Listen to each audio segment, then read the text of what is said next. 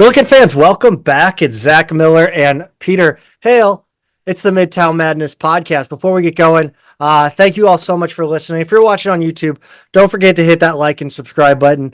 We've got a lot coming to you this year. We're going to try a few things. I tried switching up the vibe a little bit on my end over here for this episode, and I think we might try. I want to consider streaming these episodes as we record them for, I don't know, whatever people feel fit to donate, I guess. Something like Billikens.com where we ask for a donation and then you can get access to these episodes as we stream them live. And that way you can chat with us and we can answer any questions. So we're going to hopefully with the way the Billikens look to be heading this year, I think there's a lot of room to try some really fun stuff. And I want to, we'll see how it goes.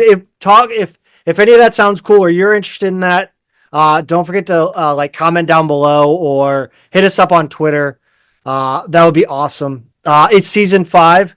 Once again, the Midtown Madness Podcast is brought to you by Two Men and a Garden. Pete, every time I log into YouTube and I see a native ad on a video, I die a little bit inside because of all the junk. Like all these subscription or these things where you're buying like a water bottle that has like dispense. It's the Keurig model, right? Where you have to buy something and then you're beholden to replacing their, the one thing that only works with their. We don't mess with any of that. We're not going to sell you that. Honestly, you don't need salsa, but you should get Two Men in a Garden salsa if you're looking to indulge in some delicious salsa. It's local, it tastes amazing, and they've got all the flavors to suit your individual salsa preferences. And they're huge Billiken fans. Huge Billiken fans. Joel over at Two Men in a Garden is a diehard. Of course, I met him in Brooklyn. He gave me his all-access pass that he happened to have. Unbelievable guy. Unbelievable company. They're doing so much for local entrepreneurs with their kitchen hub. Go check them out at twomeninthegarden.com or at any local grocery store. You can follow them on social media at Two Men Salsa on Instagram and Twitter. Pete, Stew on SIUE is the new. We covered Stu Durando's, his move away from the Post-Dispatch. He hinted that he wasn't going away from Billiken written content, and man, if we're gonna we've been covering media stories, I think we might have to stop if he's going to be this prolific. Yeah, I think you're right, Zach. I mean, like the easier thing for us to do is just to say subscribe, right? So we don't have to tell you, oh, go check this out or check this out. Like I think he said some things will be behind the paywall and some won't, right? So he's gonna have some things that are free for everyone to read and some that aren't. But of course, the morning after we recorded the last show, he announced the launch of his new Substack, Stew on SIUE, as you said. It's $5 a month or $45 a year. You get access to everything he's doing, and there's been a lot of good stuff already. Some of the ones I like, Zach. How Robbie Avila could end up playing for the Mexican national team, something I've definitely been wondering about. Things we learned from SIUE's first exhibition, Anya, Swope, and crew necks. I know the sweaters the staff has been wearing or sweatshirts. No, if we want to go down this road, I am happy to pontificate about crew necks versus sweatshirts versus sweaters. So another one was SIUE players create shot chart art within Schertz's offensive system. And then, he's got soccer, he's got women's basketball. It looks like he'll be covering everything, even if men's basketball is the primary focus, Zach. So crew necks, whatever you think or not, there's a lot of good stuff in there. And we subscribed early and definitely recommend you do the same. If you're listening to us, it's probably right in your wheelhouse. Pete, should we compare this to like the monthly cost of Grandy Glaze's OnlyFans? It's got to be half or less, right? I look. You guys both said and everybody on the general consensus online that I've seen is that like $45 a year is nothing like for this, and I was like, he's got to be like, he's getting naked on this, right? Like, that's a lot. Like, to me, I don't know. But I mean, look, I hope, look, go check out his content. If you think it's worth it, definitely subscribe. He has been nothing short of prolific. And if he is going to pump out an article a day on SIUE, hell, maybe I'm wrong. Right. Yeah, I mean he's been prolific so far. You're not joking, man. Yeah, I mean we're subscribers. We recommend you do the same. It kind of feels like an alter ego almost, Zach. Yes. Like he's been on a leash from the Post-Dispatch. That's what I was wondering, that how much was like bureaucratic nonsense where like, we only want you to write this much, and like I can't imagine a job would be like, we want you to do way less. Or maybe it's Stu thinking like, I'm not getting paid enough to write, 3, 4, 5 articles a week on the Billikens. Like, I don't know. It's crazy, but he's certainly putting out a ton of, sports writing. I'm doing my best to not use the word content. Somebody pointed out how like pervasive that word is, and in like entertainment, and how like art, I don't know, movies are becoming content now, and it's gross. But anyway, he's putting out so much stuff. He's writing so much, and definitely go check that out and see if it's worth it for you. There was another article out there, not from Stu. It was the New York Times and The Athletic. Are they together now? Yeah, the New York Times owns The Athletic. Yeah, that's right. Okay. Yeah, they did a profile on Robbie Avila, and what's funny is kind of tangentially related to this. Well, why don't you go ahead and talk about the article, and then I want to get into something that I've kind of noticed a trend over the last 3 or 4 months. Yeah, so I like the article a lot, Zach. It's by who Shirts had really nice things to say about, by the way. Shirts retweeted it and called CJ Moore the best storyteller in college basketball.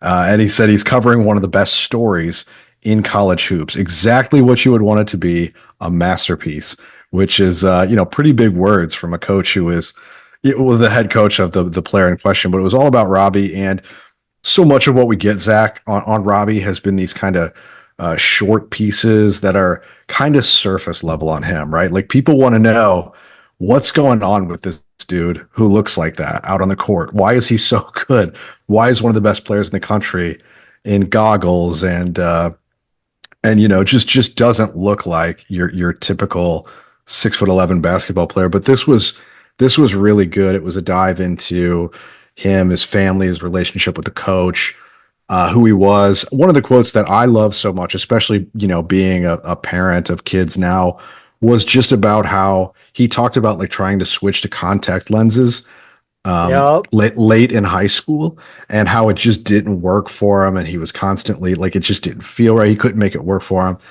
And finally he just, it was his brother, right? Who was just like, you're Robbie with the goggles. It's who you are.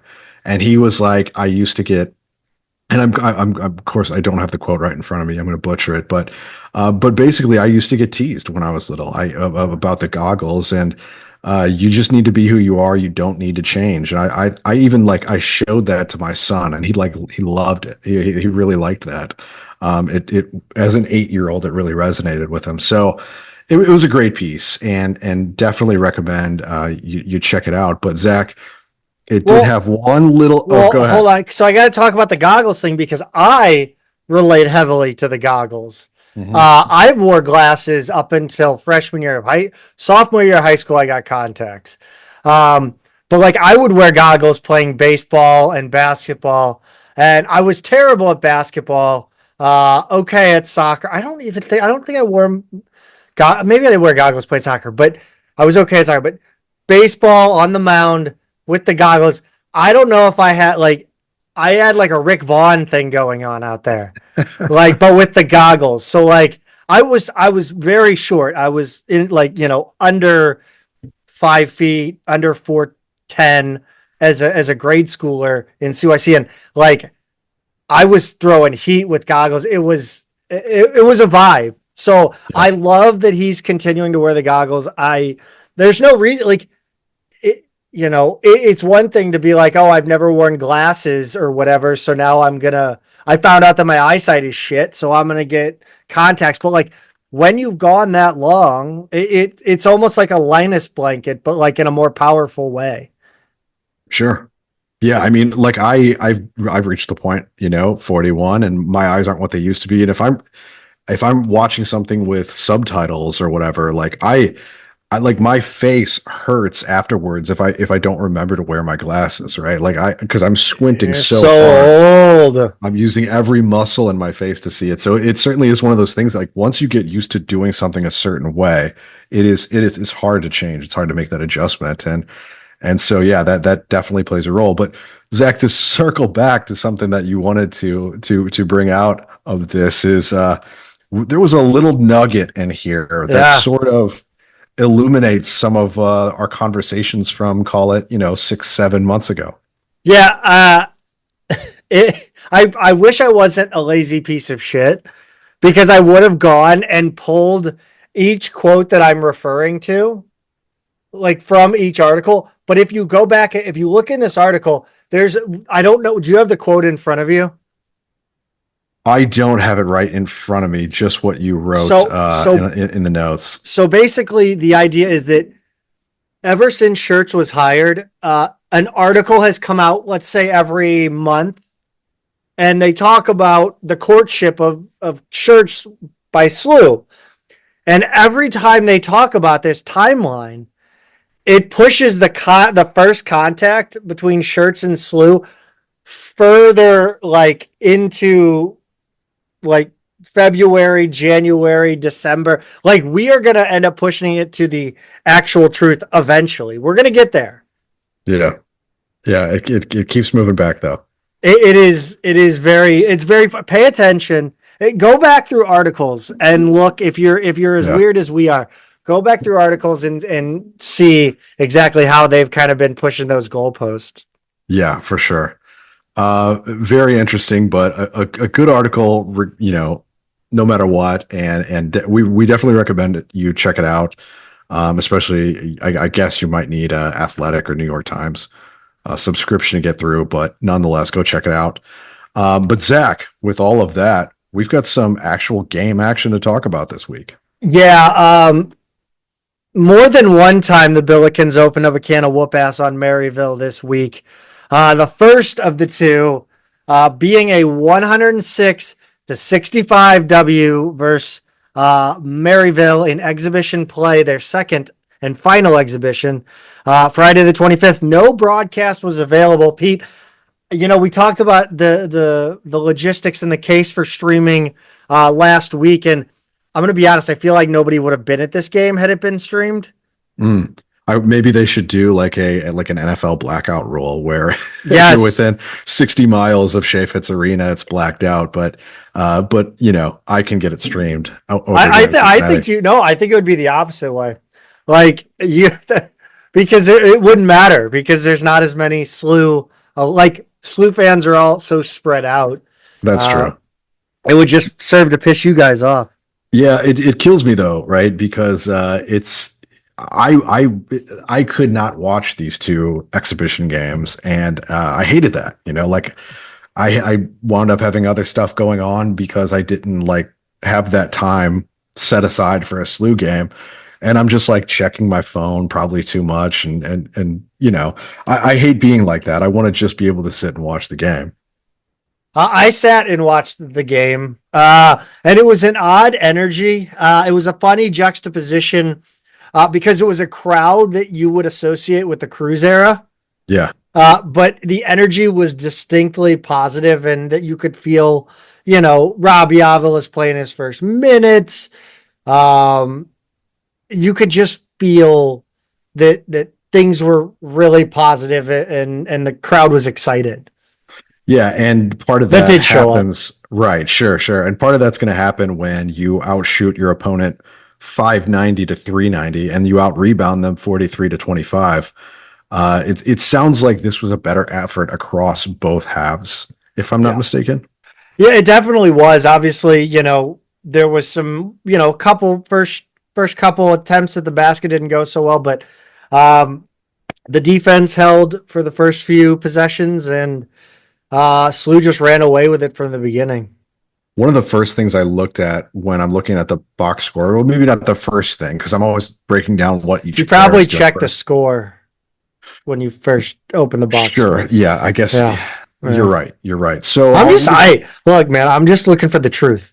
When I was really digging into the box score, one of the later things I noticed to change how I started the sentence, 52 points in the paint, Zach, I thought was a pretty big number. And then I was like, well, wait a minute, 30 points from outside, because I saw we had hit 10 3-pointers, and then add 24 free throws, you get to 106, which means we did it, right? Like we did it. Perfect game. That's what Shirts wants to see. And yes, even if he has his nitpicks after this game and everything, there are no mid-range jumpers happening there. It seems like this is the result of us getting the baskets that we're trying to get out of this offense. Yeah, I'm hearing actually Nick Patton is being kicked off the team for taking a mid-range jumper in garbage time.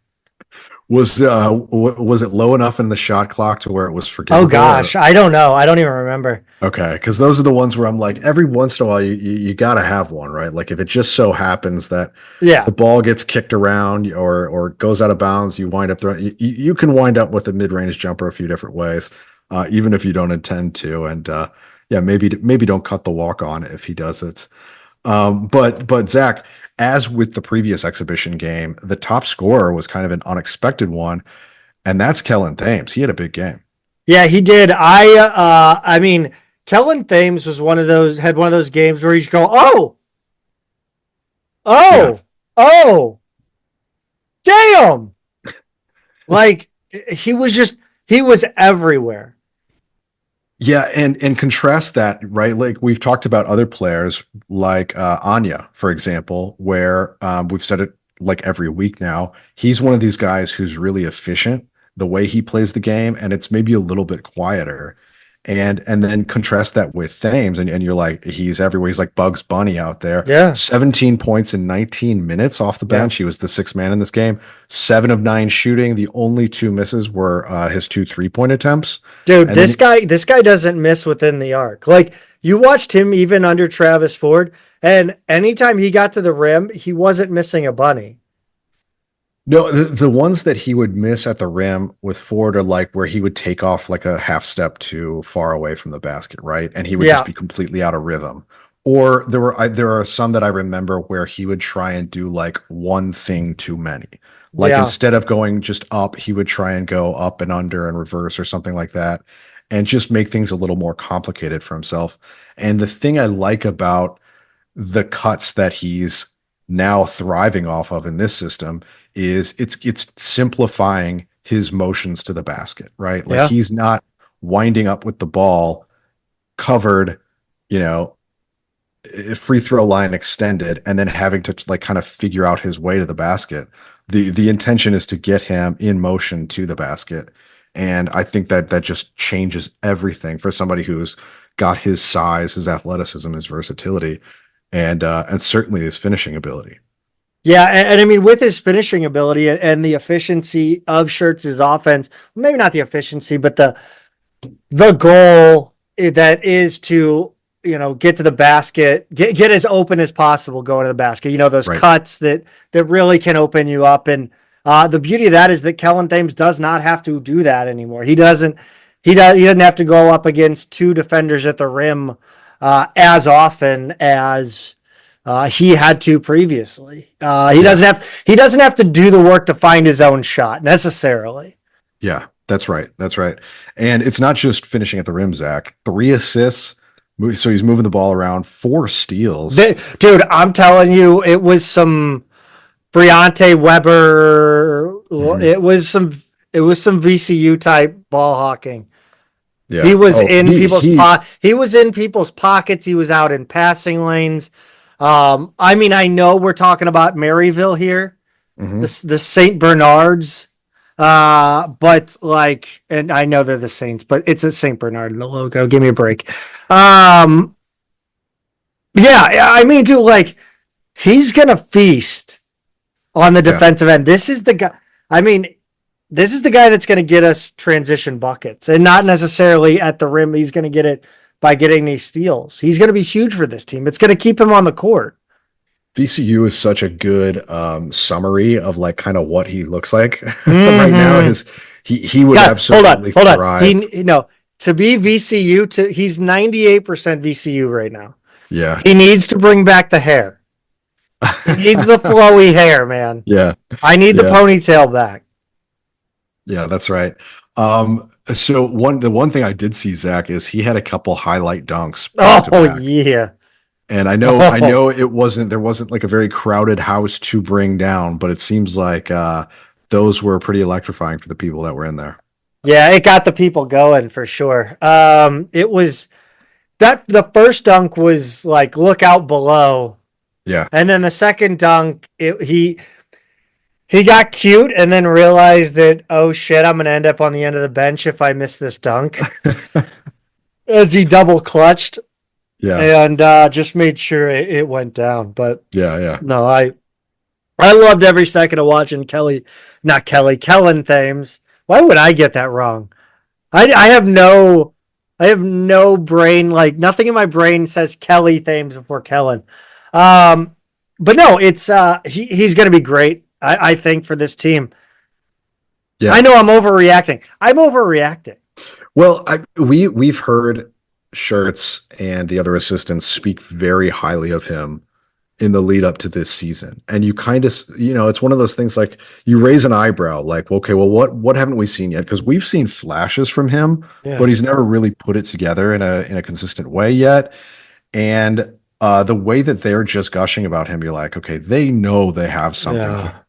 Yeah. We just didn't know like what's the timeline like that on that. And it seems like he's absolutely going to be in this rotation. And if he's the sixth man, I love the idea of him being that bucket getter, that energy guy. I don't even think he's the bucket getter. I think he's that guy that when you're not getting stops, you send him in there to go try to make shit happen. So maybe just two-way energy guy is the way to put it. The spark I mean, I think, you look at, again, the cuts and, that what was it, the 54 cut? That's 45. My new 45 cut. Yeah. My new favorite cut. After the Sons of Anarchy cut. No, I think there's so much that, he brings to the idea of athleticism, quick moves to the basket. Like there are going to be nights where he makes a cut and gets completely open and he does something that you've never seen a Billiken player do going to the hoop. Yeah. Yeah, absolutely. I think he's what Terrence Hargrove, he is what Terrence Hargrove was supposed to be.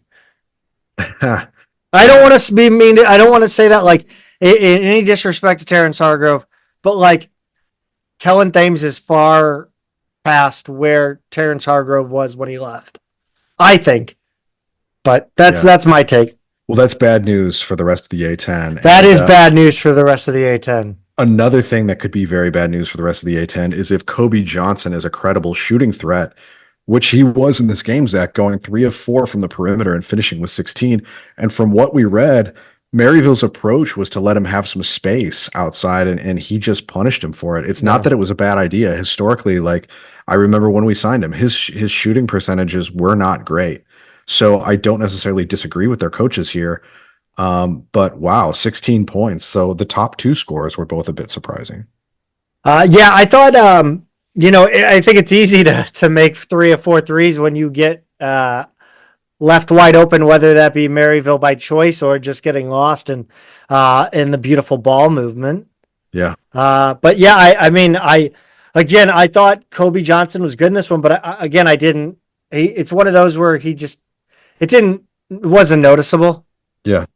But that's kind of what you need. Yeah. A quiet 16 then, which is fine. I mean, like, look, one of the things they like about him, in addition to the experience, is his defense. He's got long arms, he's got long reach for a guard, a guy his size, and that I think that's his main role on this team. But if he's going to go in there and knock down open threes, then that's just, that just makes us that much more dangerous. Well, I know it's Maryville, and I know people are concerned about this team on defense, but I think one of the things that really kind of gives me hope and gives me really like positive vibes is that this team plays so connected on the offensive end that it just translates to the defensive end. And even if Josh Schertz is a terrible defensive coach, even if, there's a bunch of guys in this team that aren't very good defensively, one of those two things is true. They're playing as one, right? That to me can make this team, surpass its abilities on defense. Yeah, for sure. The funny thing is, though, Zach, we've kind of buried the main story here because this was our first look at Robbie Avila in game action. Yeah. We didn't get him in the first exhibition game. We weren't 100% sure we were going to get him in this game, but he came in and played 17 minutes and had 12 and 7, which is a pretty respectable stat line for a guy playing 17 minutes. I think I'm going to start calling him YMC Avila. You're adding to the pantheon of nicknames. Yes, I think he's YMC Avila because that dude just has old man moves like crazy. Reading on the Discord channel during this game, somebody was talking about him putting it on the floor and taking it all the way down to the other end. And anybody else who's got that kind of size and look and vibe about him, you'd be like, stop, pass the ball. But somehow he just makes it work. Like the certain guy at the Y who kills everybody and you just don't know how he's doing it. I think I have a hot take about, and I don't want to, be weird, but Robbie Avila carries the ball every time he dribbles. I think or he gets away. It's very close. I do wonder, every once in a while you'll get a ref with a little bit of a trigger on that. Yeah. I think there are so many players who kind of cradle it a lot more than, Plus he's got the vibe, man. He's going to get protected hopefully by his star power. Sure. I mean, it's happened. We've been on the wrong end of that for a lot of our matchups over the years. Dayton's always got one guy like that who gets kind of the star treatment. So maybe if we get that for a couple of seasons, I'm not going to apologize to anybody. I'll put it that way. Avila is so fun, and I think the underrated part of his game. Obviously, his footwork is incredible. His passing is incredible, but his finishing is really, really good. And they are tough angles that he puts the ball off the glass. There's tough shots that he makes that are within the approved Josh Schertz area under the hoop. But like, he makes some shots that he shouldn't make. And I don't think that's talked about enough. Yeah. And that's one of just the differentiators with him. Oh yeah. I know it obviously gets put up, but his vision too is outstanding. Yes. Oh, what with the goggles, baby? I know, but maybe there is a little magic in those specs. No matter what he's got on, he really reads it. I mean, he's smart. You got to be smart too for that to work. But he really sees the floor, and I can't wait to actually really watch him like game action. Oh, it's gonna be fun. Yeah, we've got another week, but yeah, I can't wait. But we did have 3 more guys in double digits. The first one being Isaiah Swope, 11 points in 19 minutes. He did get into foul trouble though, 4 fouls on the game. Yeah, I got to be honest. I think early season, anything that's really troubling me is kind of Isaiah Swope. I really want to see him kind of find his groove.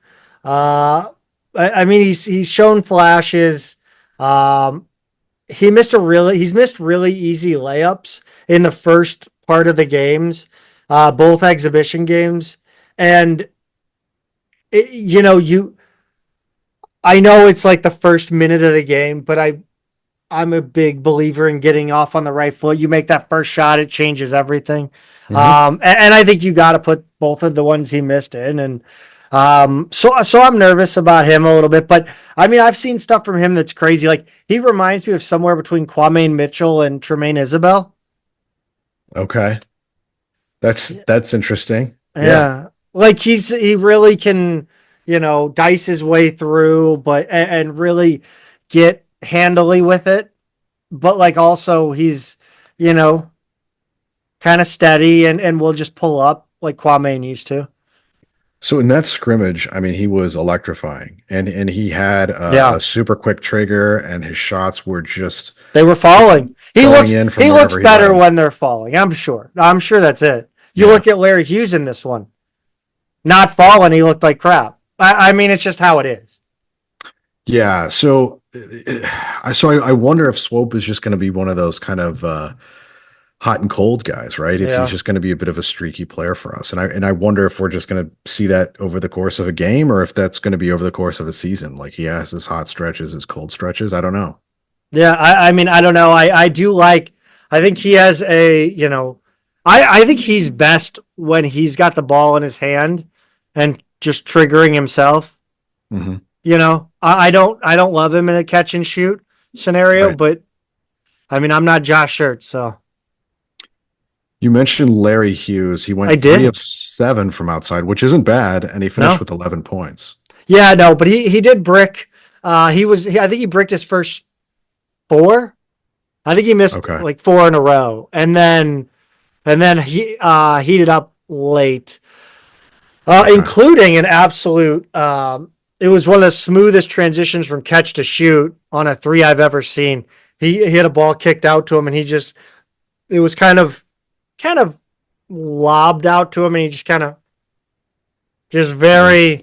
It was just very smooth. So I mean, he looked good late in that second half. Yeah. But yeah, I think it'll be interesting to see where he ends up. I think the consensus online is that he's just outside the rotate, or he. I think the consensus online is that he doesn't see the floor very often. One of the things coming into college that we heard from Hughes and his dad and everything was that they really wanted to build out his guard skill set, and they saw him as kind of a combo guard. I have said it before, but I've never really seen him as a point guard. I just don't see that skill set with him. And if he can kind of embrace his role as a shooter, as just a true shooter, he's got good size. And if he can just kind of keep making progress on the defensive end, I kind of think that's where his role is and where his best shot of seeing minutes are. Yeah. How that translates into Schertz's system, remains to be seen. But I kind of think those are the attributes that are going to get him on the floor. I mean, do you see when you talk about how Hughes and his dad were talking about his skill set? Do you think that's kind of where they see him playing overseas then? I mean, because obviously, like that's so interesting to me, right? Yeah. Because there is another path to the pros, but like everybody thinks like, oh, league or whatever, nothing. Like, so everybody prepares to go to the NBA, Mhm. but are people like, I'm sure there are players that know where they're at and are actively honing their game for Europe. I don't know. I think it might still, even with 2 full seasons about to, be left for him, it might still be a little early for him to sort of make that call. Yeah. I just don't know. I don't know. I think, coming out of high school and being a walk-on and then, playing your way into a scholarship and having a role with a team, that playing professionally anywhere seems like a pretty good outcome to me. But then again, they probably look at the league and go, there are relatively unknown 3 and D guys who are now making high 7, low 8 figures a Yeah. season. And The NBA is that's just the so reality of the insane league. to me. Right. It doesn't make any sense to me. Talk about another CBC guy, Pat McCaw, is somebody who not a whole lot of people thought of in St. Louis, and he wound up at UNLV for a little bit, and he's won titles. I think he won both with Golden State and Toronto, and you just kind of never know who's gonna catch on and find a role there. So I don't think any player is ready to quite give that up quite yet. I think it's only in their last year that they sort of accept, where the ceiling is. But I would say probably not at this point. Are they kind of thinking that way? One guy who I I just want to go on record and remind you Yeah. and everyone else of my reaction to Max Picar when I first saw his tape. This kid's I'm sorry, this kid's going to be a stud. I'm calling it. West Pine Bills are taking, who are they taking? Who's the, Jack McCautry? Spur. No, they're taking McCautry. They're taking McCautry. Yeah. Max Picar is my guy. I love this kid. This kid's fantastic. Yeah. I mean, I do remember your reaction to first seeing him. I know what the staff has said about him. They've always loved his skill set. I really like, he was the interview at halftime of the men's soccer game. Oh, what? Last night. Yeah. And I like him. I like his answers. I like what he has to say. He seems like a very self-aware guy. And so he seems really smart. I like him a lot. He finished with 10 points, 2 rebounds, and 4 blocks is the stat that really stood out to me. The blocks were crazy too. In 13 minutes. Yeah, it seemed like those like people, what I was seeing in real time, following along on Billikens.com or Twitter or Discord or whatever. Number one, he caught a body again. He did catch another body. Like he did in the previous game. This one was much better, I thought. I thought this one was better. Okay. I don't think they actually posted the highlight like they did last time. But the other thing was the blocks. Like people were just kind of like shocked at his instincts on that end. So I think the only thing that's keeping him off the floor this season is going to be his body, number one, that he needs to add weight to. And then number two, just the fact that if there are healthy guys in front of him, there's just not enough room. But if he looks this good this early, that's a great sign for us. Yeah, I think he's the raw version of the real deal, if that makes sense. Yeah. He could be Robbie. He absolutely could develop into Robbie. He's got that skill set, his passing, his vision is there. I think he's missing some pace on his passes and timing on his passes. Kind of transitioning to the college game.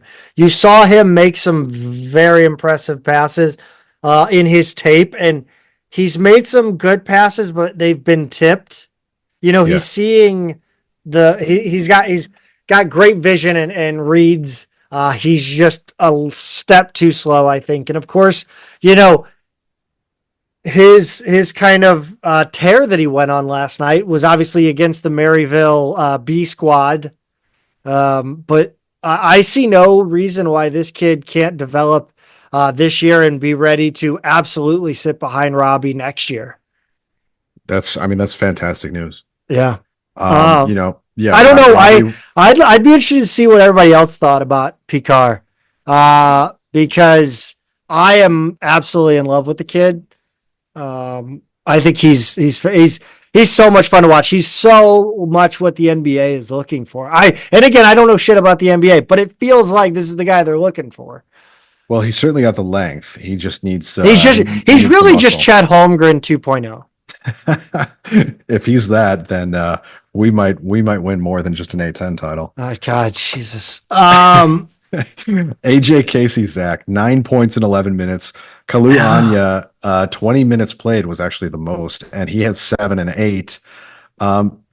These guys, quietly getting it done, it seems like. Yeah, I really like Kalu Anya, even though, the numbers don't match kind of the time. He not as efficient, but I think the regular season we'll see that flip a little bit. Yeah, for sure. AJ Casey, I'm not really sure about at all. So I learned the other day that the Avilas have moved to St. Charles specifically. I think Robbie's sister's playing volleyball at Orchard Farm. I think that was on Instagram story. So I think everybody knows that now, or everybody could know that. But I wonder, obviously, they talked about Robbie taking the NIL cut. I could see, obviously AJ Casey's a heck of a player. He's a great depth piece. He's great on a practice squad. But I could see a world where AJ Casey was, kind of part of the deal. Yeah. So the thing about Casey is, Considering the whole Avila family moved to St. Charles ish. yeah, I know what you mean. So there's that personal connection, number one. Number two, he's only a junior, right? Like he Yeah. barely played in 2 seasons at Miami. He did get good experience there. They went to a Final Four. He was just, down at the end of the bench. And then Shirts number three, they really did hype up what Anya was going to do this year, and haven't said as much about Casey, but said he was really misused at Miami. Like he was just not in a system that fits him that well. So I love that big dick energy where you can literally just sit here and be like, yeah, that guy, your coach sucked. Yeah. You're very good coach. Yeah. But you're very well respected. Hey, Jim Larinaga, who went to a Final Four. Yeah. He didn't know what the hell he was talking about. Well, I've always kind of, I love that as just a guy, whether or not it's this season, but we're just not going to see a lot from early on. I just think there's going to be like an almost freshman like learning curve with him. And so I've been a little bit willing to give him more time. Now, Shirts has said he's got 6 or 7 guys playing winning basketball right now, and that he wants to see that become 8 or 9. I don't know if that includes Casey or not. I mean, maybe he's that number 9 guy. I don't know, but it sounds like he's got. It seems pretty clear who the top 6 is, and maybe we'll see what happens when Dotzler's back on the floor. And we'll see what happens with Hughes and Casey. That's probably like your 8 and 9 guys right there. So look, is he on schedule, behind schedule? I don't know. I can't really say, but I just didn't really have expectations for him early on. I think he's really, he's a depth player right now.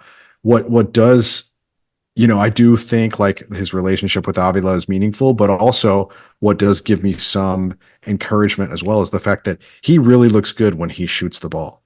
To be his size and be able to shoot from the perimeter like that, especially when you're not a heavily used player, I think that bodes well for us down the road when he is trying to work into the rotation more. Quiet night from Jimerson, 7 points. And he got crossed up. Do you remember that? You remember that Shooting Stars video meme where like something falls and then goes through space, and it's like yeah. Okay, all right. I think I know what you're talking about. Yeah, it was like that. Like if you made the video of Jimerson kind of running, like sidestepping across the court, and he's off into space. Like it was karmic, considering what he did to the guy from Rockhurst. Yeah, he put a Rockhurst player on the floor. So I guess what goes around comes around. But it seemed like one of those things. The fact that he had a quiet night. It's not like a night where he went like 1 for 10 or something like that. He just didn't shoot that much, and people just didn't really seem to care. But look, it's an exhibition game. Nobody played a big. The most minutes played on the team were 20. So it just doesn't really matter. And the fact that we don't have to worry about him only scoring 7 points is I think good news for us. I need someone to discuss Jimerson's ability to protect the ball going to the rim more. Yeah, Stu, are you listening to this? Can you write an article on that? What he learned, like I'd be interested to learn. I want to learn who kind of, helped develop that skill, because it's pretty great. He really does not allow anybody to get. I don't remember him getting blocked very often going to the rim, honestly, unless it was from the front.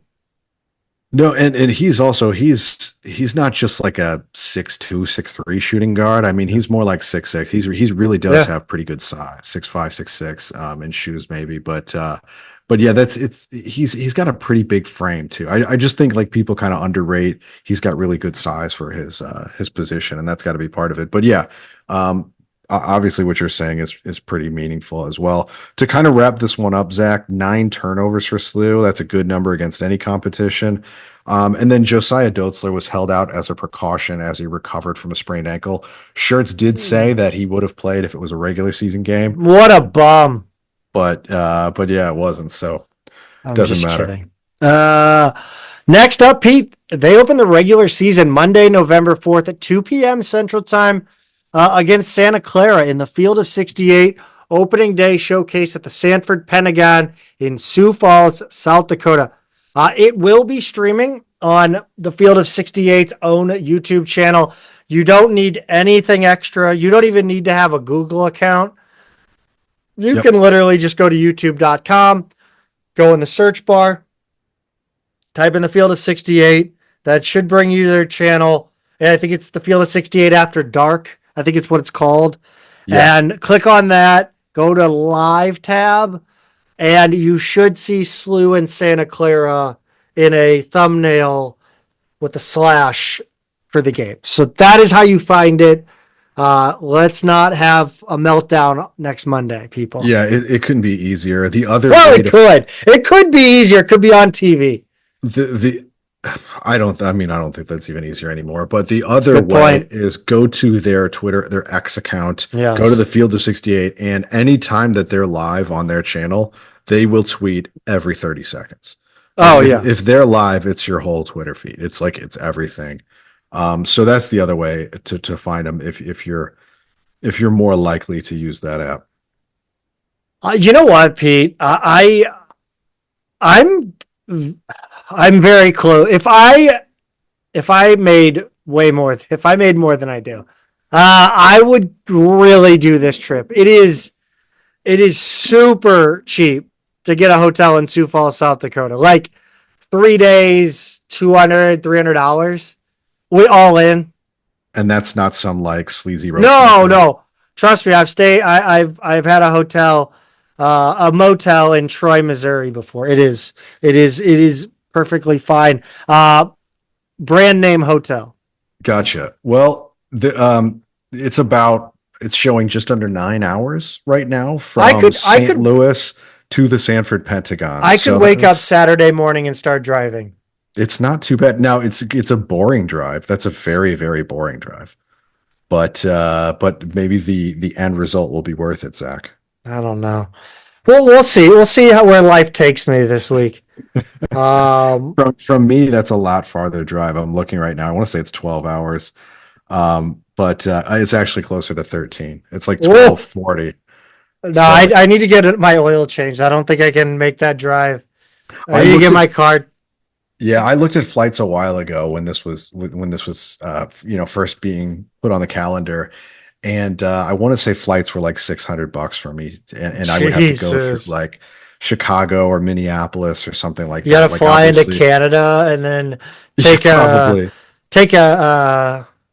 covered wagon down across the border. Probably through Winnipeg or something like that. But yeah, obviously there's no nonstop from Cincinnati to Sioux Falls, and yeah, I don't know. It's a little cumbersome for a Monday for me. Of course, always more cumbersome is just the fact that I have children, so I don't do anything. But yeah, hopefully we get some SIUE fans in the house for that one. And then of course the Billikens will open up their 2024-25 home slate against Avila University on Sunday the 10th. If you can't make it to Chaffetz, this one will be streamed on ESPN Plus. I still really appreciate the fact that school went for this. It bothers me that it's the home opener.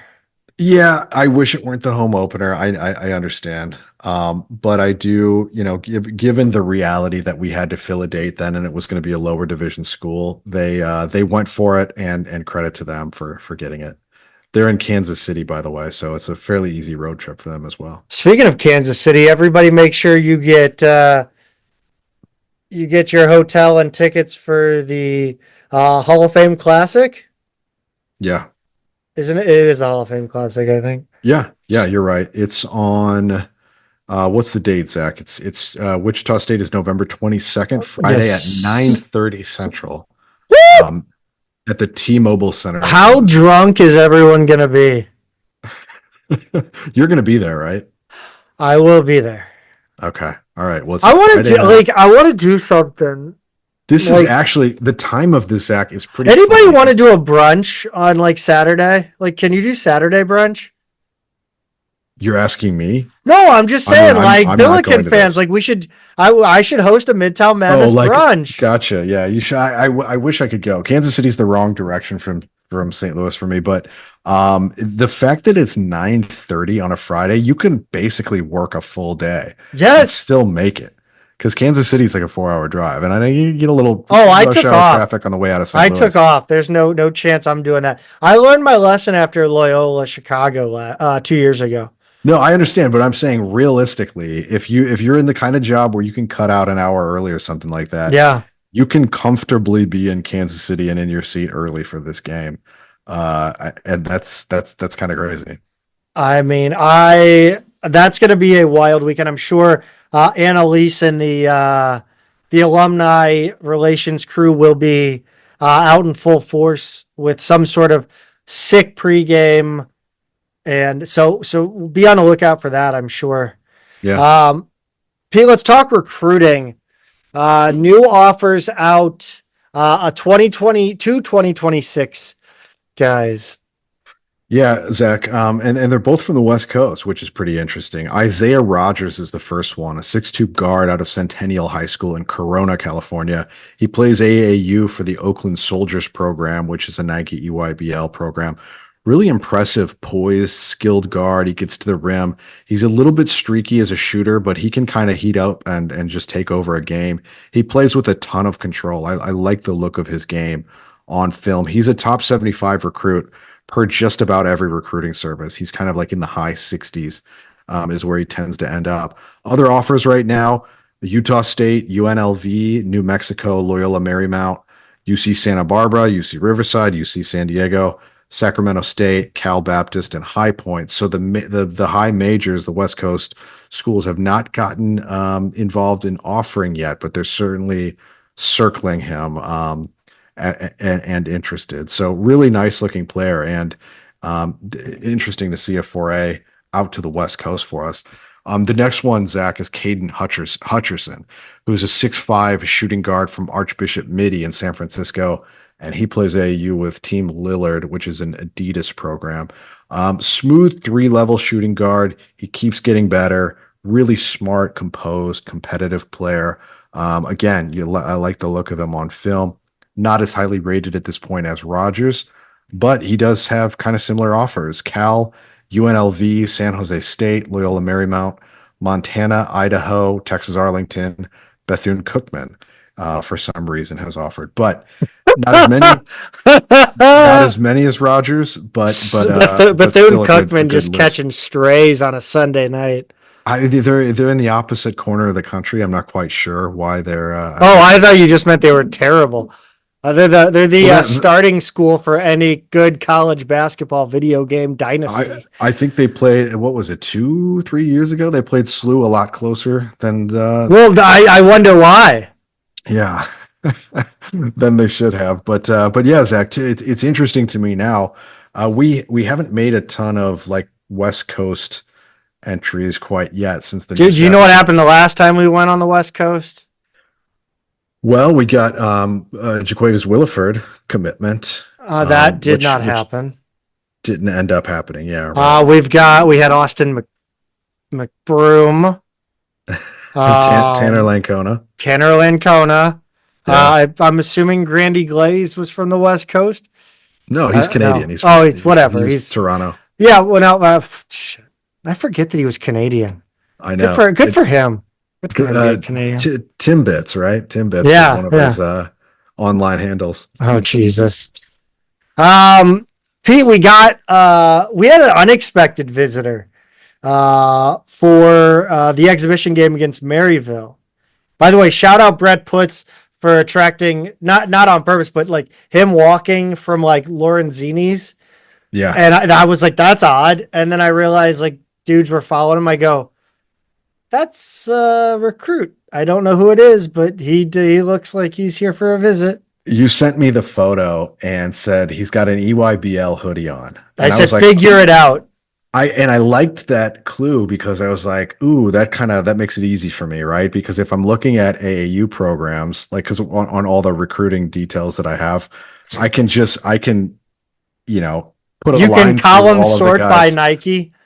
So I start looking through, and he happened to be one of the first ones because he's a 2025 player, and I've got them listed first. The senior class, and his last name starts with D. So he was one of the first ones I looked at, and he happened to have pictures from his recruiting visit last weekend to SMU up. And so I looked at the photo you took and looked at that, and I was like, I mean, that's him. That's definitely him, right? But I second guessed myself, Zach, and I did it because I didn't know we were recruiting him. Like I knew we offered him really early on. I mean, like I want to say like before he was a sophomore, maybe even his freshman year. We offered him because he's a St. Louis kid, and then he went down to Texas for high school. He's actually kind of bounced around a little bit. He went to that Link Academy school in Branson for his sophomore year, back to Texas for junior year. I thought he was going to stay there this year, and now he's out in California in Orange County going to a different school for his senior year. So that kind of surprised me, but lost in all of that is the fact that I just thought he was a Ford era recruit. We had offered, so I kind of left him on our sheet, but like I didn't know that we were recruiting him. So when I second guessed myself. I was like, it clearly looks like the same kid, but I don't want to get it wrong in the event that he has a doppelganger and it just so happens they've got the same hair or whatever. But finally, after a while, I was just like, screw it. Let's just say it's him. So I tweeted out that it was him.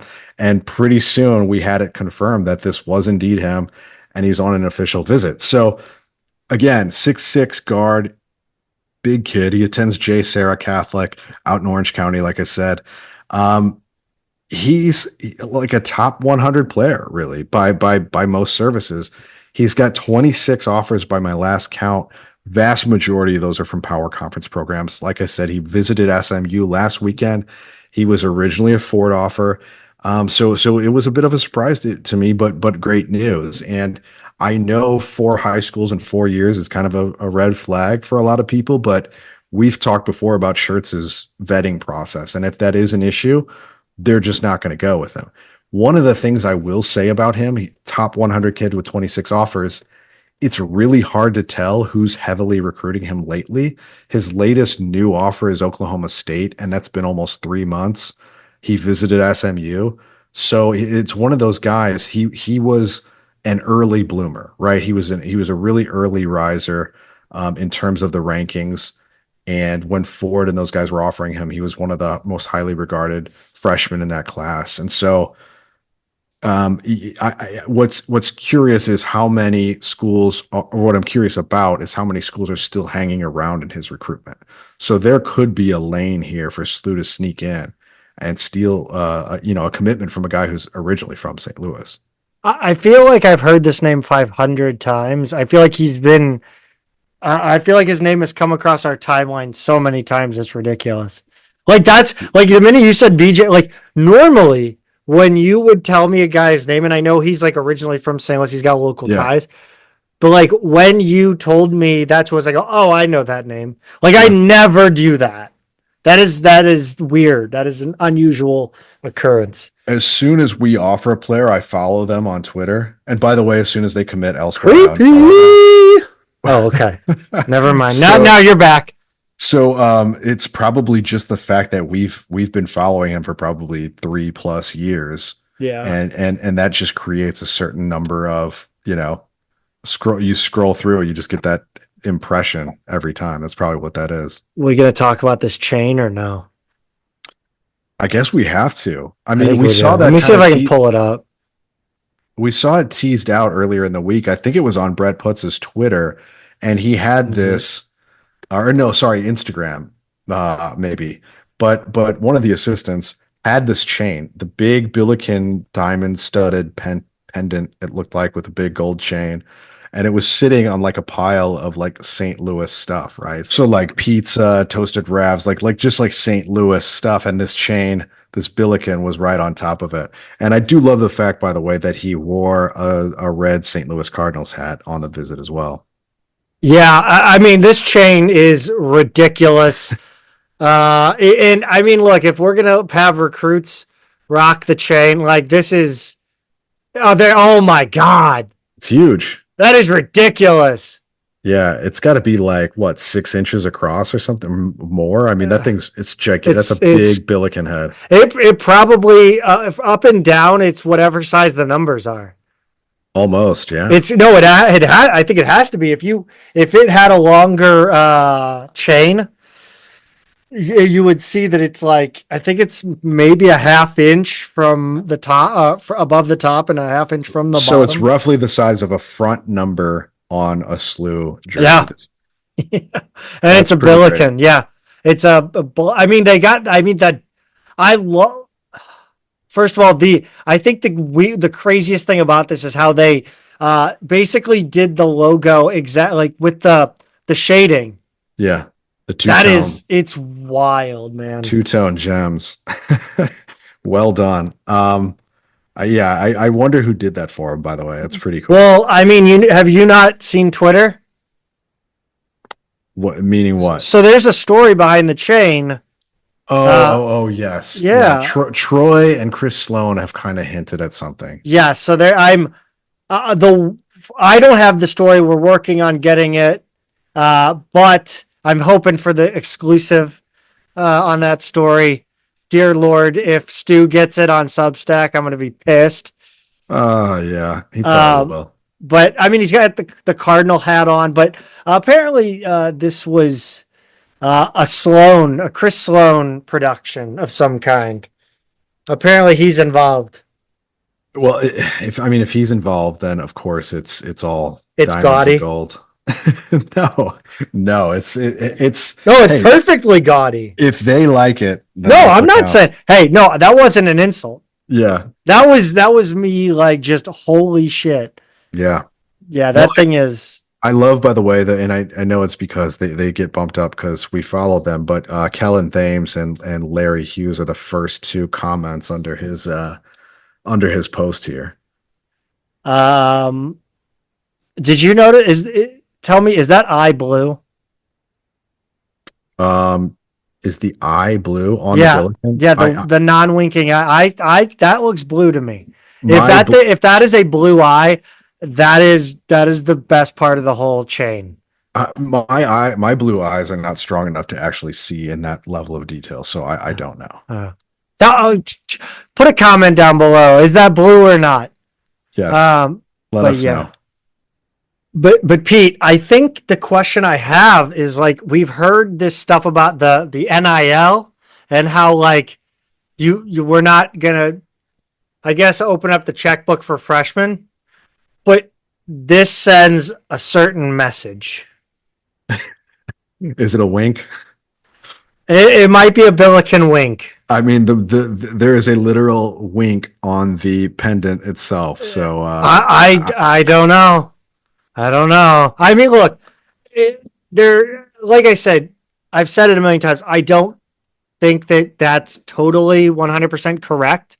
That they're not going to pay freshmen, like, whatever, they're not going to open the checkbook for freshmen. They'll pay them. They'll get them money. They'll get them what they can. But, like, I do think there's an avenue where if, like, a 5-star player is like, I really want to come to SIUE, okay, what can we do for this guy? Right.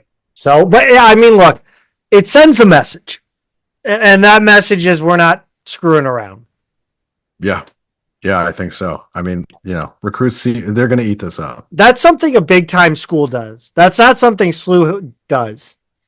Yeah, I mean, that's like we just had Travis Ford, the guy who showed up with an impeccable recruiting resume, and we never saw anything that gaudy in his tenure. Right. We're on a different level here, Pete. We're playing a different game.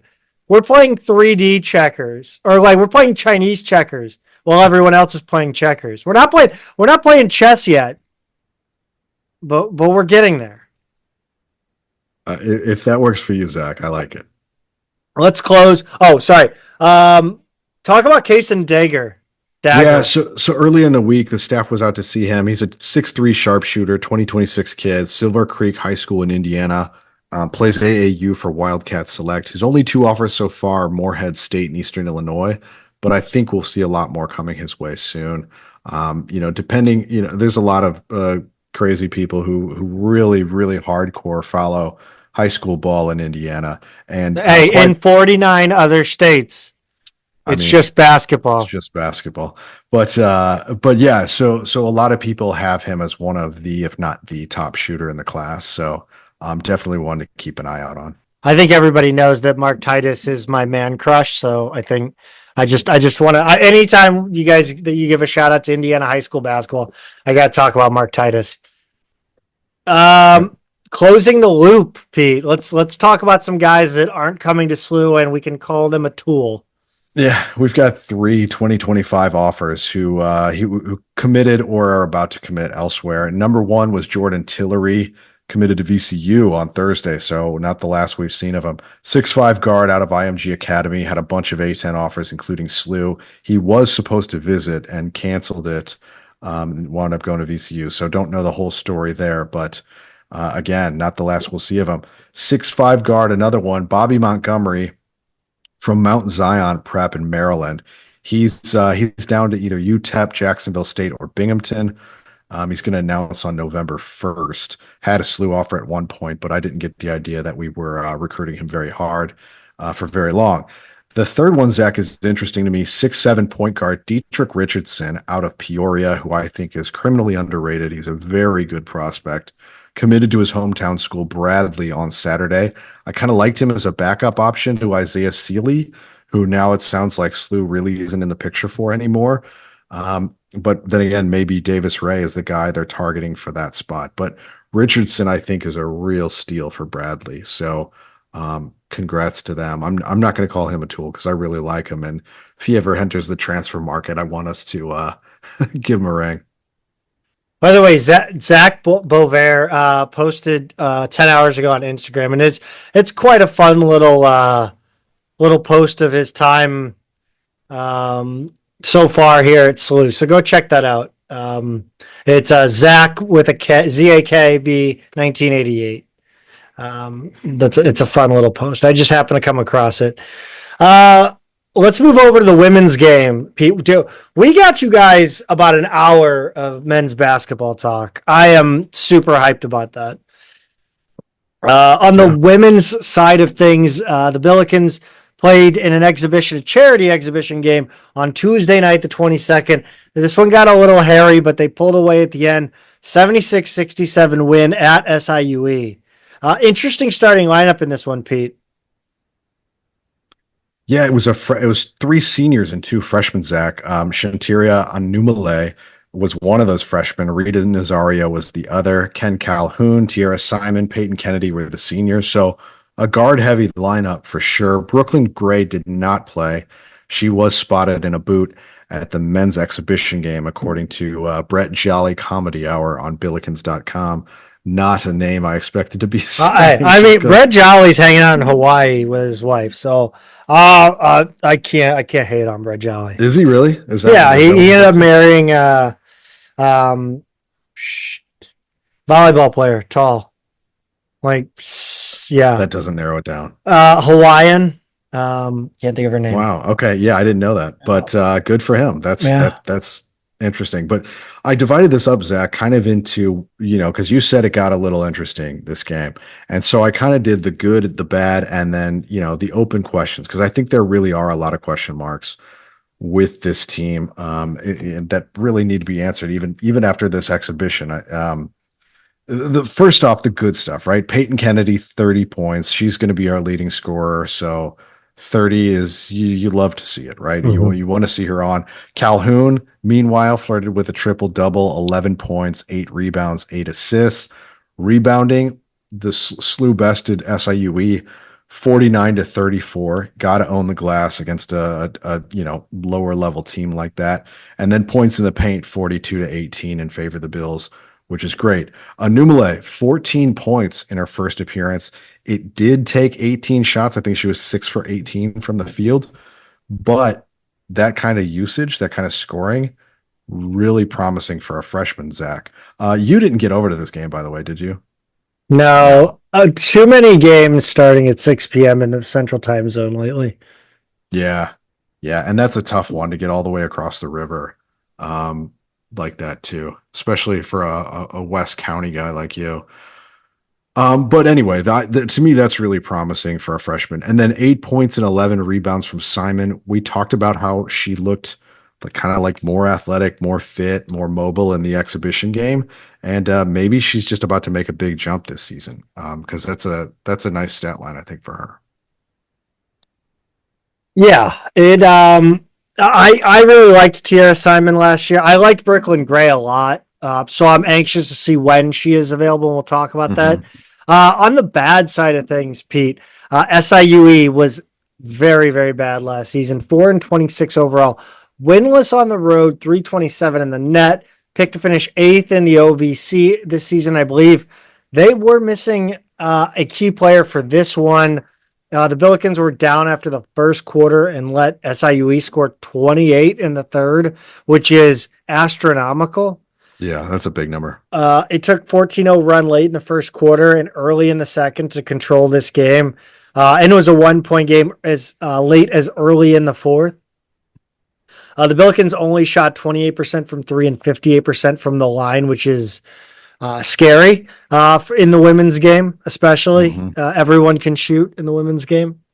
The Bills had 18 turnovers, 12 for the Cougars. The question marks, Pete. Where does the perimeter scoring come aside from Kennedy? Yeah, and I put that down, Zach, and I think it's like before I had even really thought about Brooklyn Gray, right? And the fact that she probably is going to be that number two this season on the perimeter. But as you were just about to say, Mia Bergstrom, she's clearly a shooter. She went 0 for 3 from three in 8 minutes. How much burden is she going to be able to take on in her freshman year? I think is going to be a big question mark for this team. Yeah, I do too. And I want to see. I'm interested to see what Rita Nazario brings because there were some posts out there that were really complimentary of the energy and the style of play she brought, and I've no doubt she drew comparisons to Julia Martinez. When we signed her, Tillett called her a depth player. Like she's used that every time she's talked about her, calls her depth, which just tells you like freshman, international, late signing. There's nothing about it that makes it sound like this was somebody who's going to contribute early. And then here she is in an exhibition game starting. I know there was some, injuries and stuff to contend with, but I think it says a lot about where she is already. Yeah, it definitely does. I'm interested. I mean, I think I like to think that the international, like on the international side, I think women's basketball players are maybe a little bit more advanced than on the men's side. I think just with the style of how they bring up their players. I think we've talked about it before. She's I played it. She's played in kind of a quasi pro framework, right? Yeah. And she's played for their national team at her age level and things like that. So she's number one, traveled a whole lot and played different countries and played a lot of different styles. She definitely has in the little bits I've seen, like she has a sort of maturity to the look of her game that you don't really see a lot with American high school players making the jump to their freshman year. When will Brooklyn Gray be available? And to be honest, we don't have an answer for that, do we? No, we don't. It's an open question. I would like to get an answer to soon because, yeah, if she's going to be down for a while, that's going to be trouble. And then the starting lineup, Zach, like what is the starting lineup? This what we saw here can't be the starting lineup. If Gray's out for a while, I wonder if we see a lot of different starting lineups. I really don't know, but yeah, that's going to be interesting to see develop. One interesting note in this one was that neither of the 6'5ers, Marilena Triantafili or Nafatamata Haidera, appeared in this game. And Guy Phillips would be rejoicing if he was the voice of the Billikens.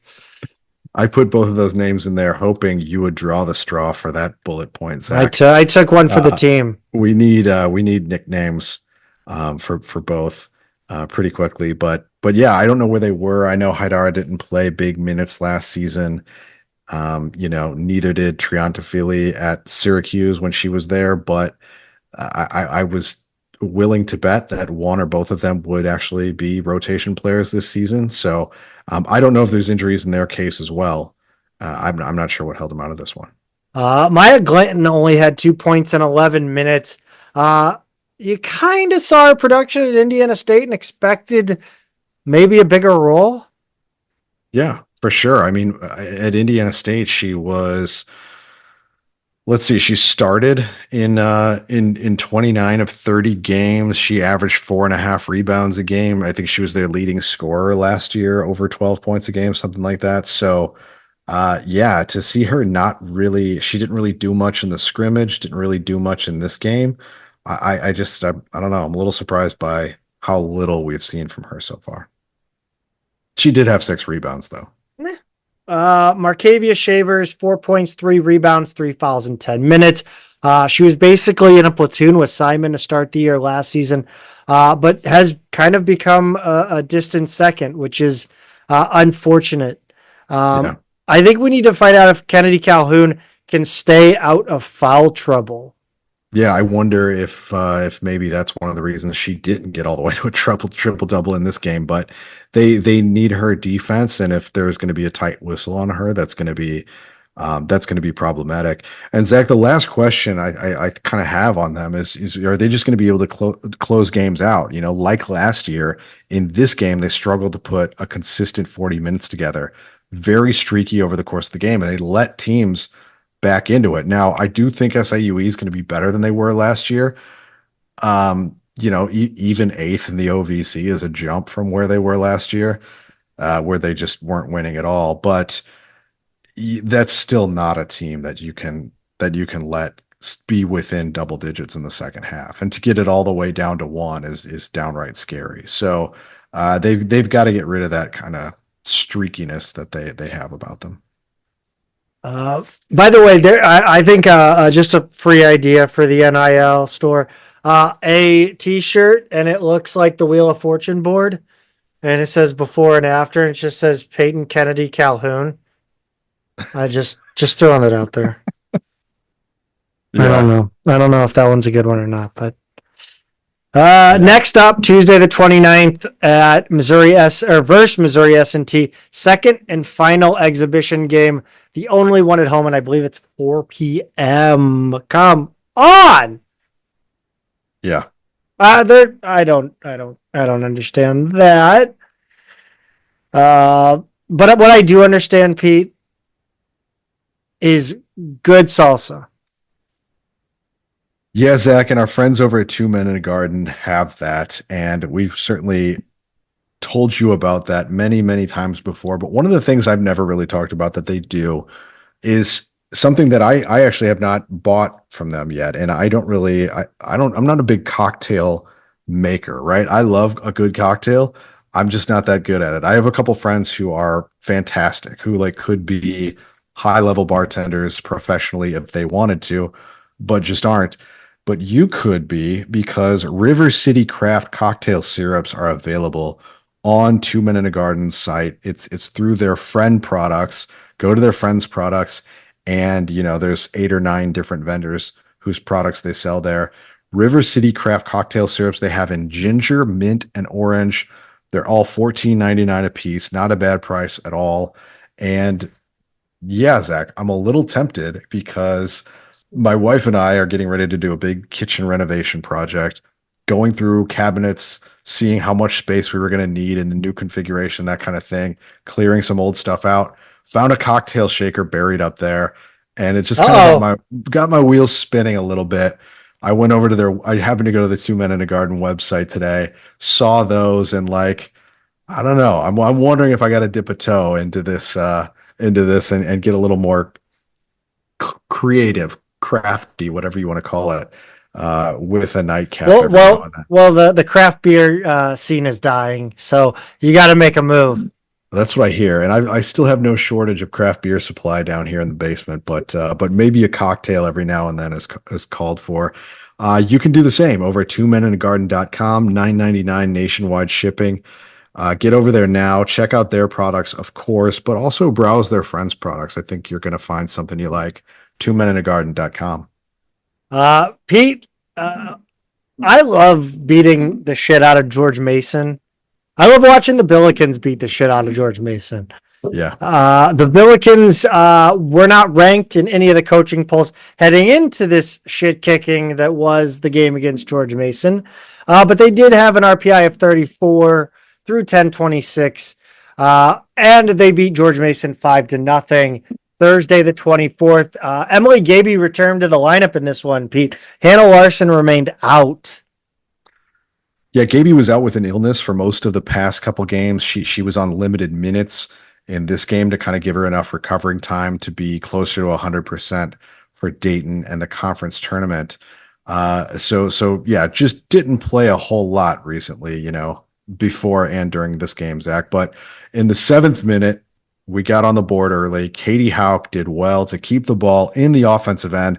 After George Mason tried to clear it, she just booted it back into the box, bounced off Emily Gaby, like kind of in the shoulder area, over to Julia Simon, who made a nice little move that I didn't see live, but on the replay, I really appreciated. She beat a few defenders to give herself a shot. Not a strong shot, but she did just enough, put it past the Mason keeper into the lower right corner. I thought Hauk deserved an assist for her effort on that one, but rules are rules. She didn't get one. Good team effort for that goal, though. In the 38th minute, Audrey Smith saved what looked like a ball from Hauk going past the far side of the Mason goal. She put a perfect header on it to put SIUE up 2-0. Perfect run. The replay showed she was onside. Really smart play from Audrey. I love this goal. I loved it. Like, because when the ball was in the air, I just thought, oh, okay, she put a little too much on it. That's going out. And Smith seemed to see something that no one else saw, because a lot of other players didn't really make that much of a move toward it. And the defender was therefore kind of behind her by the time she realized that Smith actually still had a chance on it. And she just put herself right in perfect position, tough angle, and put it over the goalie into the net. I was really impressed by what a heady play that was. I don't think they got the second goal on Twitter.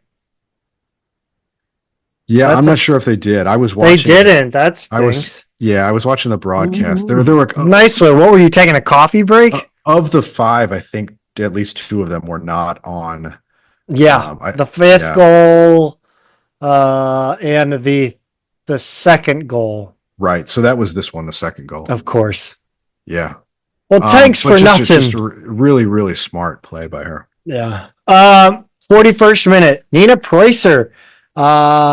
She said she did her best Keyshawn Johnson. She said, give me the damn ball.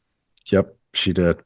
She made it very clear. Gave her the hand signal. Sophia Stram fed her in stride, and then Preußer let go of a rocket. I mean, about 21 yards. She just put a perfect curve on the ball. It was her first goal of the season, Zach, and only her 3rd shot of the season. She's only appeared in 6 games before this one. Has she been injured or just kind of not finding her way into the rotation this year? When she was a freshman, I feel like she played a lot more, and you could see then, like, she can rip the ball. I mean, like no matter where she is, she's kind of got that Hannah Sawyer like ability to put on a dangerous shot from just about anywhere. So once I saw that goal, it kind of reminded me, like, oh yeah, we haven't seen much of her this year. No, we haven't. I forgot about her, to be honest with you. Now I feel bad. Thanks for that. Well, her sister graduated, so we're just not hearing the name as much. Yes. If only you were like your sister. No, she could be really good. So hopefully she sort of finds her way back into more minutes here. Forget she's just a sophomore. Yeah. But I mean, because you heard Jess Preußer's name for 5 years. Right. So maybe 6. I don't know. Potentially. At halftime, the Billikens were out shooting Mason 15-0 with 11 shots on goal. Right before that Smith goal, it looked like the Billikens were just in one of those games where they got too many missed opportunities. Yeah, it really did have that vibe. Like you were kind of like, we're up 1-0. It's getting late in the first half, and like, I really want that second goal. to feel a little bit better about that one. So luckily we got that, and it was almost a broken play. So if it was one at halftime, I would have had some doubts. But meanwhile, Zach, Dayton tied Fordham up in the Bronx. What an absolute choke job this was. I didn't pay attention to the game, but that the important thing was that if the result against George Mason held, SIUE then was in first place in the conference, and luckily it did. But what happened in that game? How did that? I didn't see how it happened, but like you just lost to Fordham. Like you tied Fordham. You needed to win that game. Yeah. Like that's a game you can't tie. I feel like. Right. I mean, obviously the Bills have had their share of stinkers, but like you're playing for the championship. That's your championship right there. Yeah, and we'll get to it in a minute, but I do wonder had Dayton managed to hang on and win that Fordham game, I wonder how the dynamic would have been different in today's game. I think Dayton probably comes away with the championship. Yeah. It did hold, as you mentioned. 50th minute, Hope Kim's header of an Izzy Lubert corner was blocked. She got the rebound, slotted it home to make it 4-0. Nimmu Karani played the second half and goal. I think she's going to be the next one up. She's got to be, right? Like, I don't think they have anybody coming in that's going to be a world beater. No, and Wolterman's still there. She's a junior. So she, I thought she was pretty good. She actually here's the thing about that, Pete. Remember we were in Cincinnati, and we kind of saw Wolterman's family. I don't know how much we talked to them, but I believe they referred to her. This was her family. I didn't say as the third string goalie. They did, which to hear it kind of surprised me because not only because they were saying like who she was, it's like well we know who she is, we follow them closely. Yeah, she's the backup goalie. Well, actually, right. Like they just corrected us to be worse. Well, because she was the backup goalie last season, she played those second string minutes, and a lot of times she faced more shots than Percelli did because Percelli would play like 72 minutes with the starters, and then all the reserves would come in and they'd let up 4 or 5 shots. So she would actually get more action and have to preserve those shutouts, as opposed to just coming in and not really facing much in the last 10 or so minutes. So, but you're right. Karani does look like she's going to be pretty good. She's an aggressive goaltender, that's for sure. I mean, we'll get to this in a minute. But George Mason in the 70th minute had a free kick and lobbed a high ball into the box. Karani charged out, and Mason had 2 players right there. One of them got actually a little bit of a decent touch on the ball, hit the post, and went out wide of the net. I did notice before this, Karani kind of wandering, like if she has a chance to, to clear it, she's pretty aggressive on coming up to the high in the box or even out of the box to clear. And a couple of those were a little closer. The old sweeper keeper. Yeah, exactly. I think probably a couple of those were a little closer than you'd like to see, make you a little bit nervous. But this play, they got a little bit lucky that went out for sure. Kagan Leonard finished off the scoring in the 83rd minute. She beat Mason defender with some Hannah Sawyer-like speed. Shout out Hannah Sawyer down the left flank. Her first shot was blocked, but she got her own rebound and buried it into the far side of the net for her first career goal. The shots were 30-5 SIUE. Mason's first shot, Pete. I couldn't believe they called that a shot. What? Explain this one. So it was on the near side, like as you watch it, right? It was on the camera side of the field, the left side for Mason. And she just kind of put a ball up in the general direction of the end line. And it was nowhere near the goal. Was the Doug Magelhaga, what he had the 2-story rule? If the shot's within 2 stories of the net, it's a shot. I think it was borderline. I bet it was farther than 2 stories away, to be honest with you. She just kind of dumped it, and she either hit it too hard for it to be a pass or hit it too wild for it to be a shot. But I happened to look at the the box score right after that, and they went from 0-1 shot. I was like, you got to be kidding me. So anyway, 30-5 could have been 30-4. Shots on goal though, Zach, 19-0. A little bit cruel that they didn't count hitting the post as a shot on goal. That's not a shot on goal, man. Yeah, we don't make the rules. It's not. No, hey, that's not a shot on goal. I don't get it, but it isn't technically not a shot. It's not in hockey either. Right. Yeah, which is crazy to me because it feels very much on goal, but I guess it's not. Corners were 6-1 in SLU's favor. Fouls were just 4-3. Very clean game, which we're not necessarily used to against George Mason. SLU played mostly reserves in the second half. They looked really confident on the attacking end, especially early on. A little shaky at times on the defensive end. I think there's a lot of skill among this younger group. They just need a lot more seasoning. By the way, they've got a ton of speed. You mentioned Kagan Leonard and looking like Hannah Sawyer. She was fast on that play. Like, she was really fast. And looking at that replay, I'm not entirely sure the first one was a shot. I know I wrote it as a shot and it counted as a shot, but that may have been intended as a pass.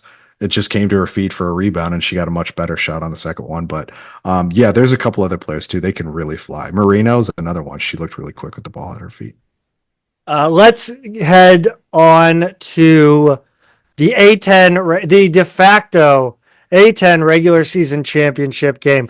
Set the stage. We'll go ahead and set the stage for our listeners exactly what the standings look like, what each team needed out, where it was played. Just give us everything, Pete. Yeah, so we mentioned in the previous game that with that result, SLU winning against George Mason, and then the tie up at Fordham between Dayton and Fordham.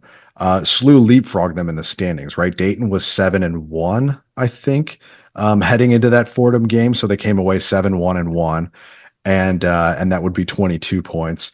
And then SLU was 6-0-2. So they had 20 points. So Dayton goes to 22 points after the Fordham result, and SLU leapt up to 23 points, put them in the driver's seat.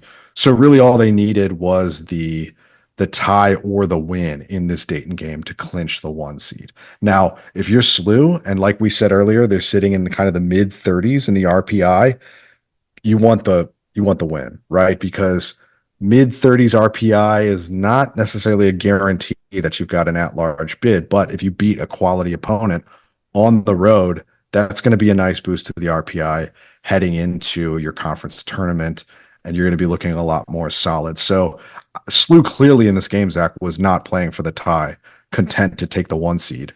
They wanted to win. No, they definitely did, and I don't know if that is more concerning. I don't know. I would have. I mean, but this like, it's concerning that they are still unable to find, more options on how to score. Yeah, it is. It is. And it's been kind of amazing to me what a difference maker, I guess, Caroline Kelly was, right? Yeah. I mean, she was really, I guess, option 1A after Gaby last season. Option 2 if you're not being generous. But I mean, Caroline Kelly, I think they were absolutely 1A and B. Yeah, I think so. I just think that's been a real because like what we saw in this Dayton game today was they gave Gaby nothing. Like I give a lot of credit to Dayton's back line. Like they were all over Gaby, especially in that second half. Yeah, I thought she got some really good looks in that first half. I thought this was going to I thought if the Billikens in this one early were going to score, it was going to be off. It really felt it was going to be like the second opportunity. It was going to be a ball up to the top, and then Dayton clears it with a head, and then a Billiken player gets on it, and then it attacks from there. It didn't feel like a game where you could just run Gaby and Sawyer at Dayton. And I mean, it kind of worked. It just didn't end up as a goal. That's right. Because we've seen one-on-one SLU players like Sawyer and Gaby burn defenders on other teams in the conference. It's not going to happen. No, Dayton's just better than everybody else in the league. So you can't get away with that. Zach, it was pretty interesting to start this game. It was supposed to be 1:30 local time. It wound up starting 10 minutes late, in large part because Emily Percelli was required to do a complete kit change. She had on purple. They made her go yellow. She did it on the sidelines too. Right on the sideline. That was about the funniest part of the whole thing. Like you would think she was wearing sliders like Nike, right. And not like any other sort of undies. Because like she had to, it was wild. She dropped her shorts and the camera's on her, and then all of a sudden it's like, oh, the producer's like, oh wait, let me change cameras. It was like moved over so they weren't really looking at anything, right? Like yes. They were just kind of looking, and then they switched the general direction of the field. Yeah, I was like, why are you doing this right now? Like go somewhere else. So it was in addition to being kind of awkward, it was weird, and I'm wondering like who made this request. Like we never really got any information on that, right? Like who made the request and why? I guess did they say the purple looked a little too much like the blue that we were wearing? I'll have to go back and watch because I was kind of cooking food while, like, I had just gotten back home and I was cooking food ready to watch the game. And so I was kind of running back and forth. So it worked out for me in some ways, but like I had a place to go at like 2:30. Yeah. So I was really annoyed that it didn't start on time. But yeah, I don't think we got an explanation. I mean, if it's Dayton, like good on them for trying a little gamesmanship. I kind of respect it. In the Arch Baron Cup. Right. Look, the last time Dayton beat SIUE was in what, 2017? I think it was longer ago than that. It might have been 2015, but I wanted to say it was. Maybe it was. I'll have to go look. Like when you have been playing the little sister for a decade, you try anything you can. You try all the dark arts. Yeah. Yeah, no, I think you're probably right there. You know, I don't know. I would have. I'm a dick. I mean, assuming it came from Dayton, though, right? Like what we saw of this ref throughout the game, I wouldn't be surprised if. Are we gonna do this? Are we gonna do this right now? Do you want to do this right now? Sure. Let's start there. Oh my goodness. First of all, I am not convinced that like this ref was trying to fix. I'm not convinced he wasn't trying to fix this game. I mean, there were two horrendous corner calls. First of all, okay, here's how it went down. Let's see. First of all, I want to talk about the ref. Because I thought that, first of all, you had the handball called. It was either called on Hope Kim or Audrey Smith. That was unclear to me. But despite no handball, and also it hit her in the face. Right. And the ref calls the handball.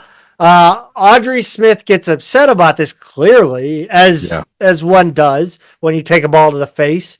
And she got a yellow for trying to explain the case here.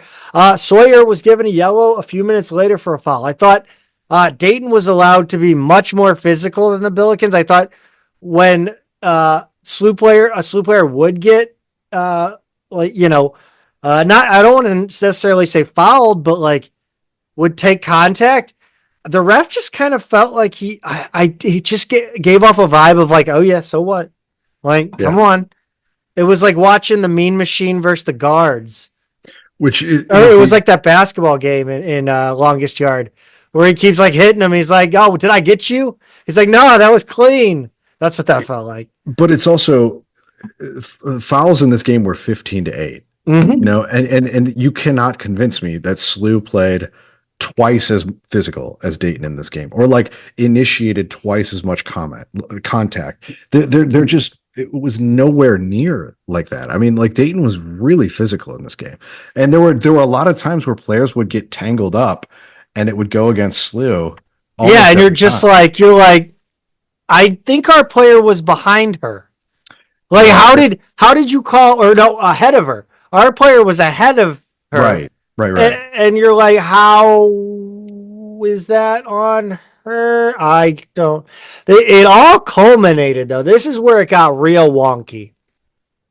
78th minute, SIUE clearance, deflects off a UD player, goes out of bounds, straight out of bounds, no question to anybody except except this little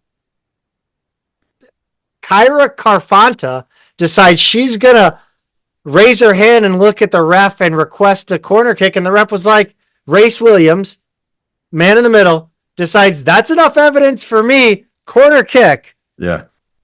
Yeah, the ball it ricocheted very quickly off a couple players. Yeah, how do you if you don't know what the call is, and all of the players on the field are walking away, reacting in a manner that is specific to a certain call, go with that call. That's probably the right call. Yeah.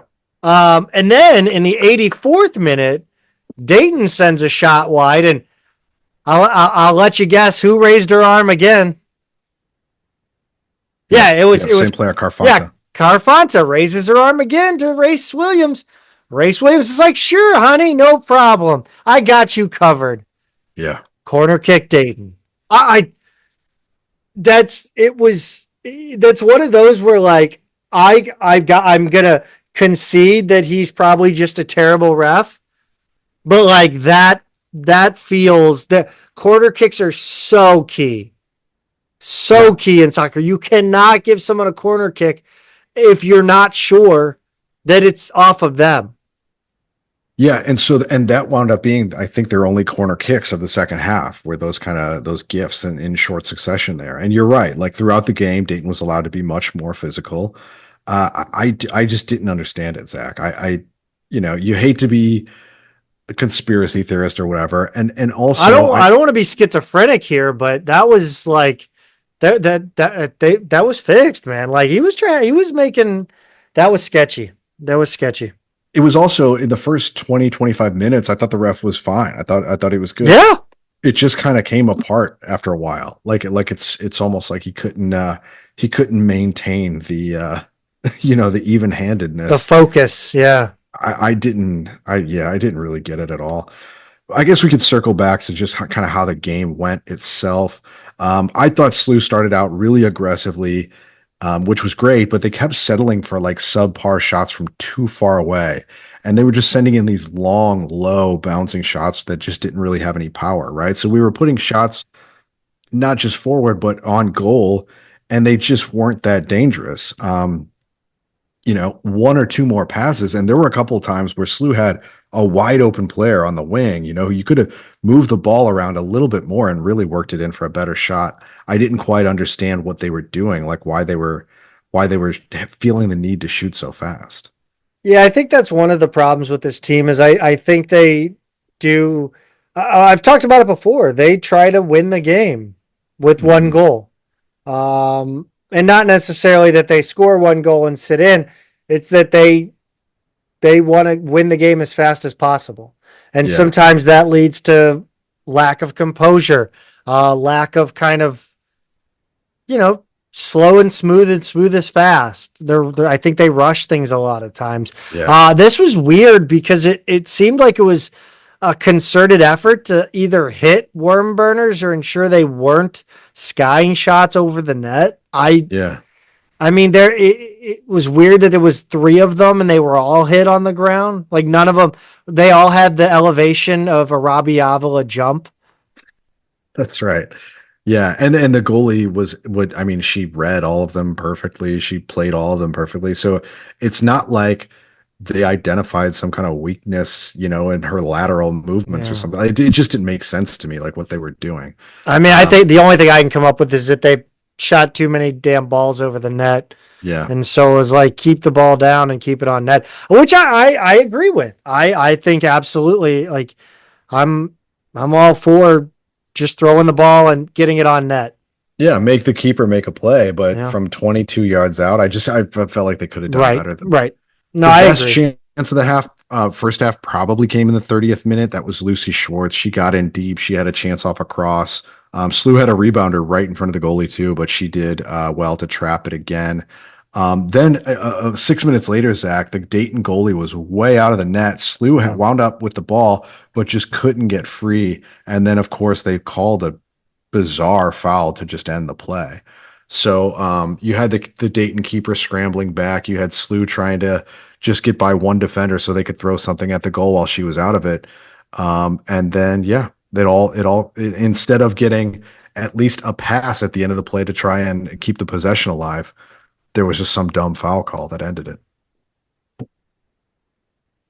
At halftime, the Billikens were out shooting Dayton 7-2 in this one with 4 shots on goal. But it was over 15 minutes since their last shot. That was the one from Schwartz that we already mentioned. The best moment or the best opportunity the Billikens had came in the 66th minute, and it was our girl Hannah Sawyer, just an absolute pill that rang out. I think the keeper got a hand on this. The announcer said she didn't, but I disagree. And I will always die on the hill what I see with my eyes, because I don't think announcers, I don't know how they don't see things sometimes, because even on my phone I could felt like I saw it. Yeah, and it was a tough angle too, because like the camera angle, I mean, because it kind of looked like it went in after hitting the crossbar. Yeah, the way it came down, you thought, oh, is that still kind of tucking in the side of the net? But it wound up coming down. Audrey Smith was right there for the rebound, and then Dayton's keeper slid back and made kind of the miracle save on her rebound. Smith put it on frame. She put it in the net. If anything, she put it too far back toward the center, and she just needed to tuck it in the post, because she would have had 2, maybe 3 feet to play with there.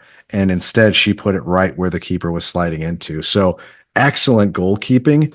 But man, when that didn't go in, you kind of felt like, okay, I don't know if we're going to get another chance like that. Right after that, that goal is when they brought on Emily Gaby. And it begs the question, Pete, if that's Emily Gaby and not Audrey Smith, who she came in for, are we looking at a different outcome there? Yeah, could be. Butterfly effect. I don't know. Maybe Gaby would have been in a different spot when it happened, but damn you, Ashton. Yeah, I don't know. That we already covered the officiating. That's when it really, after that point, is when it really started to get bad, and we kind of broke all that down. But Audrey Smith had another opportunity, Zach. Then I think you added this one to the notes, right? Yeah, I thought she should have. I don't know. I don't know how she got chased down. It felt like she had enough space to get a shot off, but who am I to judge? I thought she could have been done quicker to get in on goal. Done better to get in on goal quicker. Dayton strung a number of good chances together, though, Pete. In the last 10 to 15 minutes, it was puckering time. Yeah, it was. And there were a lot of close calls, including one where they undercut Percelli and sent her to the ground, causing a few-minute-long stoppage. The announcers were like, oh, it's just a unfortunate play. Just a flesh wound. Her own player got her, but on the replay, it was like, no, it's clearly a Dayton player that ran into her. And, of course, there was no foul call on, not even, whatever. I get it. Look, but you mentioned Percelli, and you talk about her taking that hit and kind of the gamesmanship maybe in that early before the game. This one was one of those where you started to not even before we got into the game, one of those where it felt like it was one of those games where if SLU was going to drop this one, it was going to be a back pass that was miscommunication or some sort of Percelli error. Not to say that Percelli is a weak link, because she's obviously one of the 3 best players on this team, hands down, maybe the best. But it felt like a game where that could be the decider, and it was going to be just heartbreaking to watch. Yeah, it felt like it was a game that was going to break our heart, and that's how it was going to happen. Yeah, it had that vibe. For no good reason, because Percelli played great except for a slip, I think, on a goal kick, and what the hell. But no, I thought Percelli was great in this one. I mean, it was that at the end, those close calls, Dayton crossing in 2 balls. I think one went on the low across the face of goal. Yep. and then came back in, and that one, Percelli reached up to swat it away, and it just didn't cross the goal line at all anywhere. Right. So, fortunate for the Billikens, but again, you wondered if the gamesmanship was going to get to Percelli. So, Yeah. she held strong and for another shutout. Right. I think the question here with this team is, we mentioned it in the lead into this game, is that SIUE's really relying heavily on that Gaby and Sawyer, outside punch on the left and right side. I think the biggest red flag or kind of the shortcoming has been the inability to find another Caroline Kelly or another way to score. I think Elise Lee and Hope Kim have done a fairly good job to kind of add in a little scoring, but just not enough. Not enough. Yeah. I think they get caught up in that volley soccer and not really bringing the ball down and playing with it. And it's kind of the one, like, this game really, it felt like Dayton was gonna take this for a serious portion of that second half.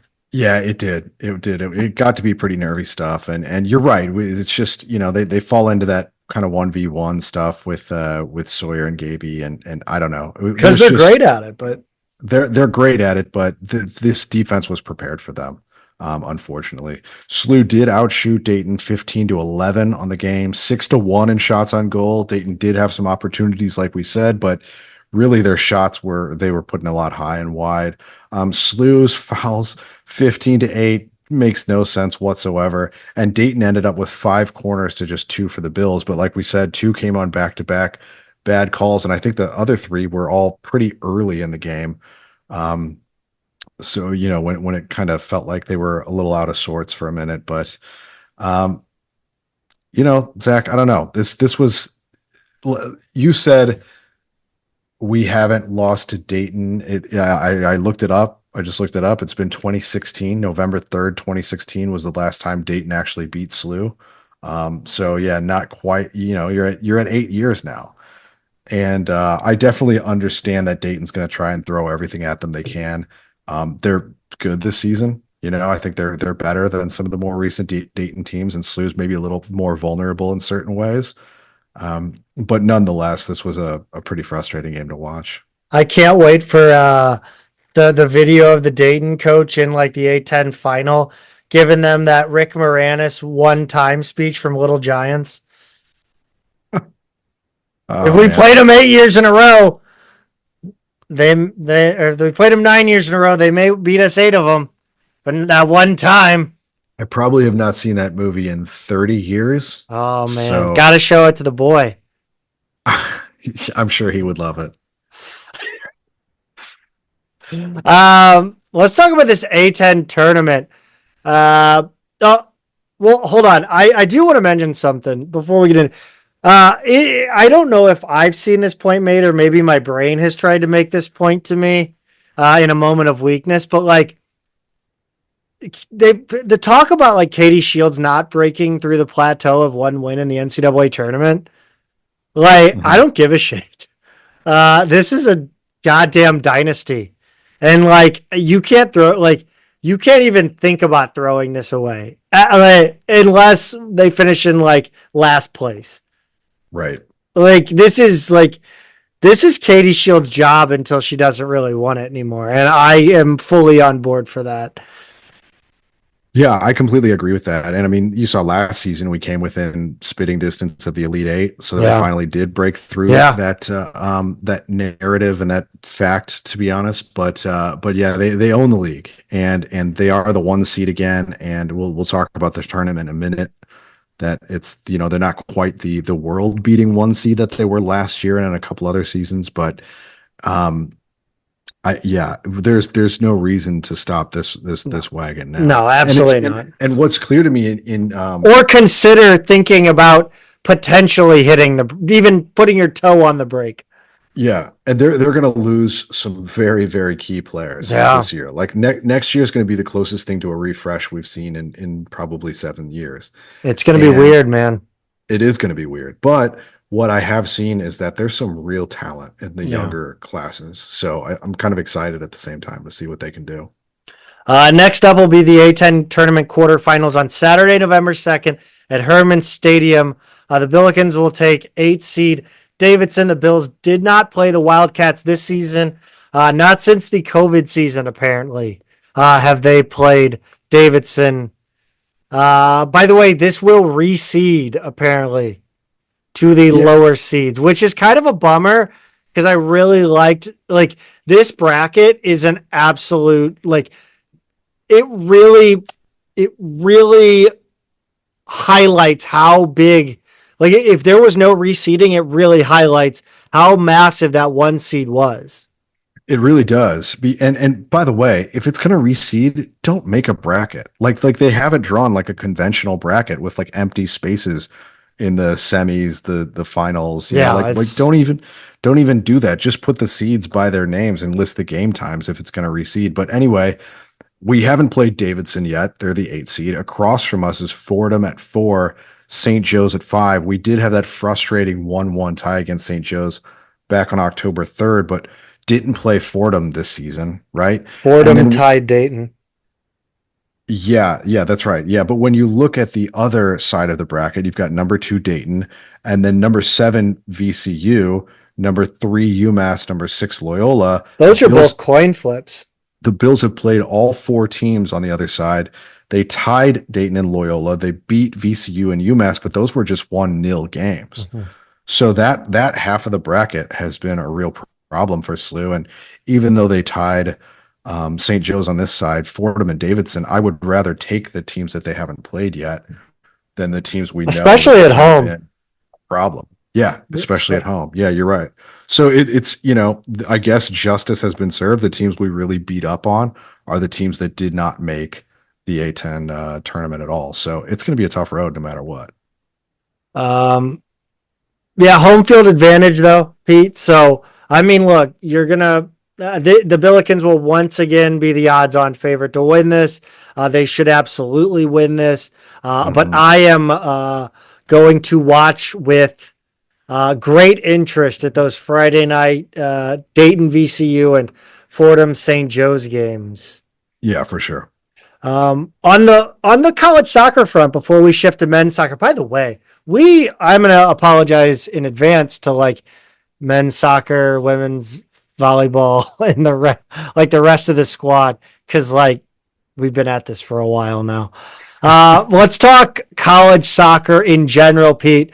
U.S. men's national team prospects tweeted out an interesting note on Friday. Now, this comes with the caveat, obviously, that nothing is official, but this is being very seriously considered.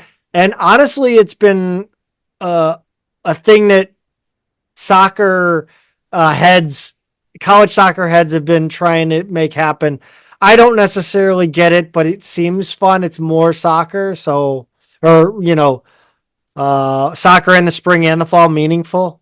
Yeah. But yeah, they're go on. Sorry. No, go ahead. No, I was going to let you go ahead and explain it. So yeah, I'll try and abridge this as I read it, but basically what they say is college soccer is on the verge of a monumental shift in the landscape per numerous sources I've talked to in the past 24 hours. Now, this posted on Saturday, so by the time you're listening, it's been at least 48 hours. Here's what I know. There's a plan at the most basic level that will make the college soccer season a full-time season, most likely mirroring the pro calendar. Gone will be the 3-month season. It will essentially double, if not more, in length. But here's where it gets interesting. It's likely to happen in the 25-26 or 26-27 seasons. Most think it will start up in 26-27 to align with the shift that's possibly happening in MLS and probably USL too, to the European calendar at that point. It's something that's been worked on for some time now, but they believe that the plan might have gotten a boost from MLS's acceleration of their shift in their calendar. So how this would work, there's a high likelihood that U.S. Soccer Federation will be involved as a governing body and or power broker, is how they put it. Numerous sources have expressed their active role in making That doesn't this work. sound good, man. I don't like Well, power brokers. Make me nervous. U.S. soccer, though, I kind of have been wondering for a long time if they were going to take more of an active approach with the college game. Now they have to make it a more viable, sort of secondary track for players, I think. So anyway, it sounds like the ACC and Big Ten are all already on board. The premise is that the top 40 or 50 programs in college soccer right now are getting their ducks in a row and to go to the NCAA and ask for them to cooperate with U.S. Soccer in this. Obviously, the NCAA is losing the amateurism battle right now and doesn't have a lot of leverage, but the pitch is more work in cooperation with U.S. Soccer, or they're going to completely break away from the NCAA and join the U.S. Soccer umbrella, which would be a tectonic shift. From discussions this person has had, he says the new landscape would be classified as semi-professional in how it would work. There's the possibility that players might be able to have some role in the pro club landscape. Most likely that could happen in the form of participating during the college offseason. I didn't read this. That's all still to be worked out, and any compensation during the season is another topic that also needs to be sorted out. But basically, it's a monumental shift in the college game. That's an understatement, man. It sounds like it's more likely a matter of when than if. So I think it probably starts with the calendar, Zach, and then gets into what is the interaction going to be like between the college and pro game moving forward, and will players be more or less on loan, when they're not tied to their college duties. So that part's going to be more interesting, and I'm honestly less excited about that. Yeah, I think the calendar is probably overdue. It's something they probably also always should have had, and I think puts collegiate players at a disadvantage when they make the pro jump, because they're just not on the same timeline. But I think I don't know how the rest of that's going to work. That's where things could get really interesting. Well, I'm exhausted. Let's talk about. We'll obviously update people when we know more. But in the meantime, we should just talk about men's soccer. Yeah, let's go ahead and run through this. 0-0 draw. At number 13, Missouri State, Wednesday the 23rd. This was the first regular season game the Billikens had ever played in Springfield. Again, very surprising for me, and I think it surprised you as well. Yeah, just exhibitions. That didn't seem right. Yeah, the result, Billikens moved to 9-0 and 7 all time against the Bears. This game was high emotion. It was tense. It was chippy. It had everything for a 0-0 draw. Each team had 3 yellow cards. I think it wound up being 4 for SIUE, since Jackson Delkus, right after being subbed into the game late, got one, and then another one immediately after. I think he said something, some certain words to the ref. So SIUE actually played a man down for the last 3 minutes. All but one of the game's yellows came in the second half, and mostly within the last 10 minutes. Somehow fouls were just 12-12 for the game, Zach. It felt like a lot more. That surprised me. Yeah, the Billikens were unable to earn a single corner kick in the game. That's a huge red flag. Missouri State had 5. The Bears outshot the Billikens 10-7 with 5 shots on goal to SIUE's 4. Jesus Barea had 7 of those. 10 shots for the Bears. 4 of their shots were on frame.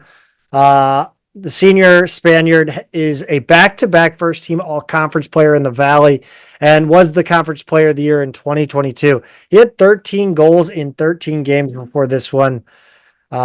Missouri State's huge on the international player, Pete. Yeah, their roster is almost entirely international, with all but 3 players coming from overseas. Those 3 are from California, Michigan, and Kansas, but they've got guys from Italy, Spain, England, Scotland, Ireland, Brazil, Norway, Sweden, Japan, and Portugal.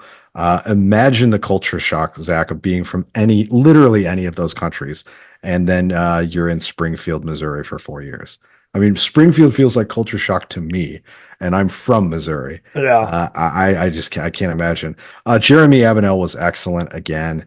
But look, it was kind of tempting to predict a tie coming into this game because SLU has now tied half of their games on the season after that result, and the level of competition doesn't seem to matter that much. They hang with top 25 teams, and then they turn around and play down to the level of LaSalle or VCU. So seventh tie that was as of that night, that result, it matched a program record set in 2018, and it was I think first in the nation in ties.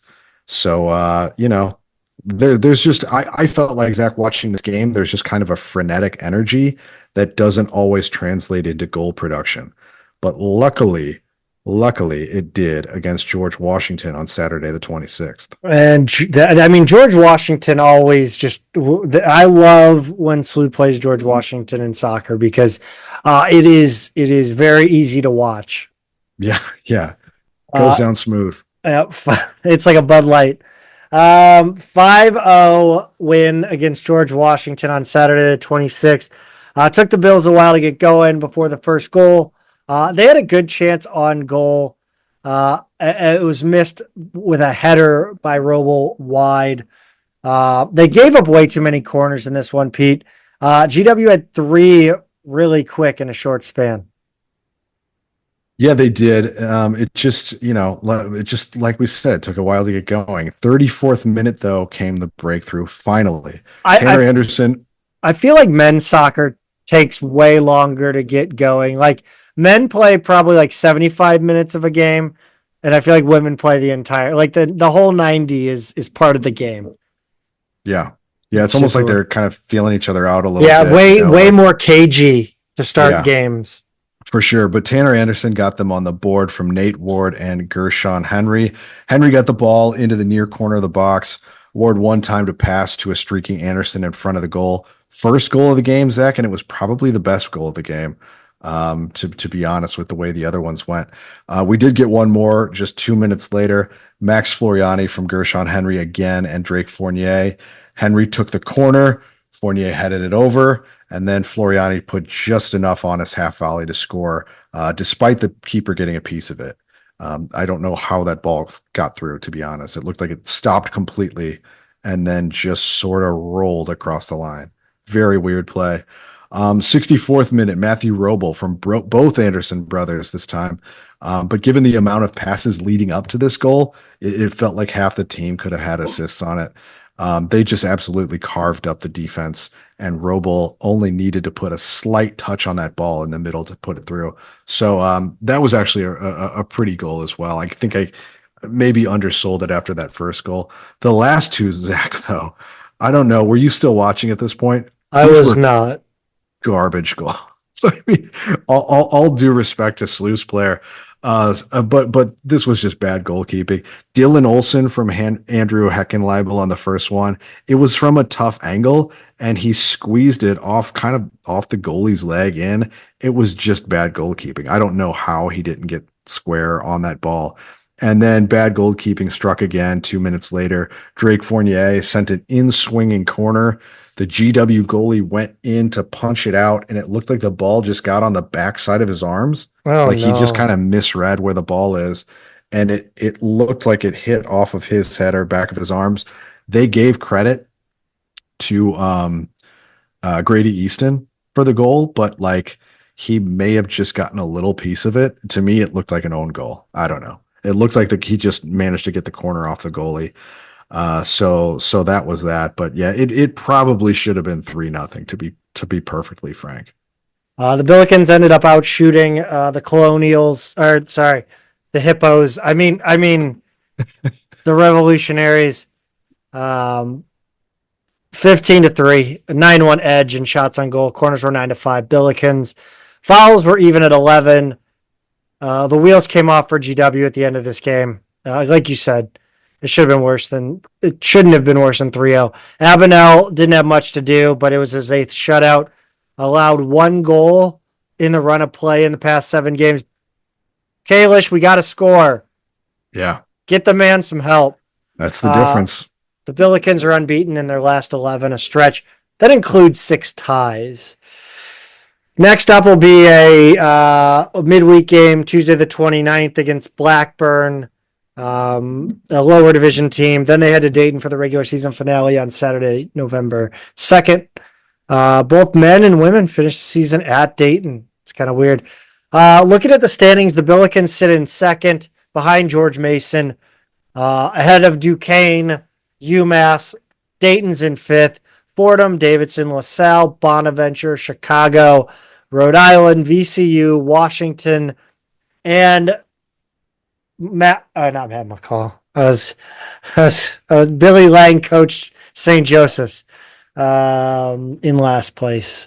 The Billikens need to win, and George Mason needs to lose in order for SIUE to tie them in points. Even then, I think Mason gets the 1 seed. They have more wins, so I think that is the tiebreaker that concerns them. The two teams did not play each other in the regular season. Mason's last game is at VCU. VCU's bad this season, so I think take that for what it is. But then again, look at what Dayton women did against Fordham. So you never know. Billikens RPI is at 46 through Thursday the 24th, but the rankings haven't been updated. Over on the field hockey pitch, this was a weird week. Like, I want to talk about this, but we have no time. Yeah. We can tear through these last things in a couple minutes here, but yeah, field hockey, Zach, 1-0 loss to number 5 St. Joe's on Friday the 25th. I think I'm not alone in saying we expected a bloodbath here. Would that have been the greatest upset in sports history? Probably. I mean, I'm not being hyperbolic, right? Yeah. No, I'm being dead serious. I think there are probably numbers you could find to justify that argument. It would have been shocking. It truly was. And look, it almost was a complete bloodbath. Yeah, like we'll get into that in a second, but somehow it wasn't. Somehow they only scored 1 goal. They outshot SIUE 22-2, 13-1 in shots on goal, 13-2 in penalty corners. They did break through with a goal in the second quarter, but that was it. League's leading goal scorer, Lily Santi, got it. That was it. They didn't break through again. Shia Dry actually had a great chance to tie it in the fourth quarter, but the Hawks goalie came up with a huge save to hang on for the win. Abby Shello had a career high 12 saves. And Zach, heroic performance by the Billikens here. A lot of people are calling this their Battle of the Alamo. Who's calling? A lot of people are saying, Zach. Many people are calling this the Battle of the. I mean, many are saying they were great in this one. Yeah, they were. People are saying they were great. They held the line. They defended like heroes. Mm-hmm. They turned around. They obviously gathered confidence from this game, and obviously playing a Division 2 Maryville team. But they come back and win 9-1 on Sunday the 27th. This is what you call a therapy session. Well put. Sierra Larson got SIUE on the board just 3.5 minutes into the game, assisted by Josefina Perez. 10th minute, they went absolutely crazy.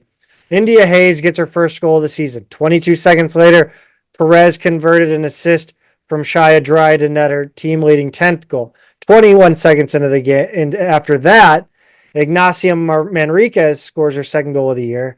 Billikens ended the quarter with 4 goals on 12 shots, 7 of them on goal. 8 penalty corners. They weren't done.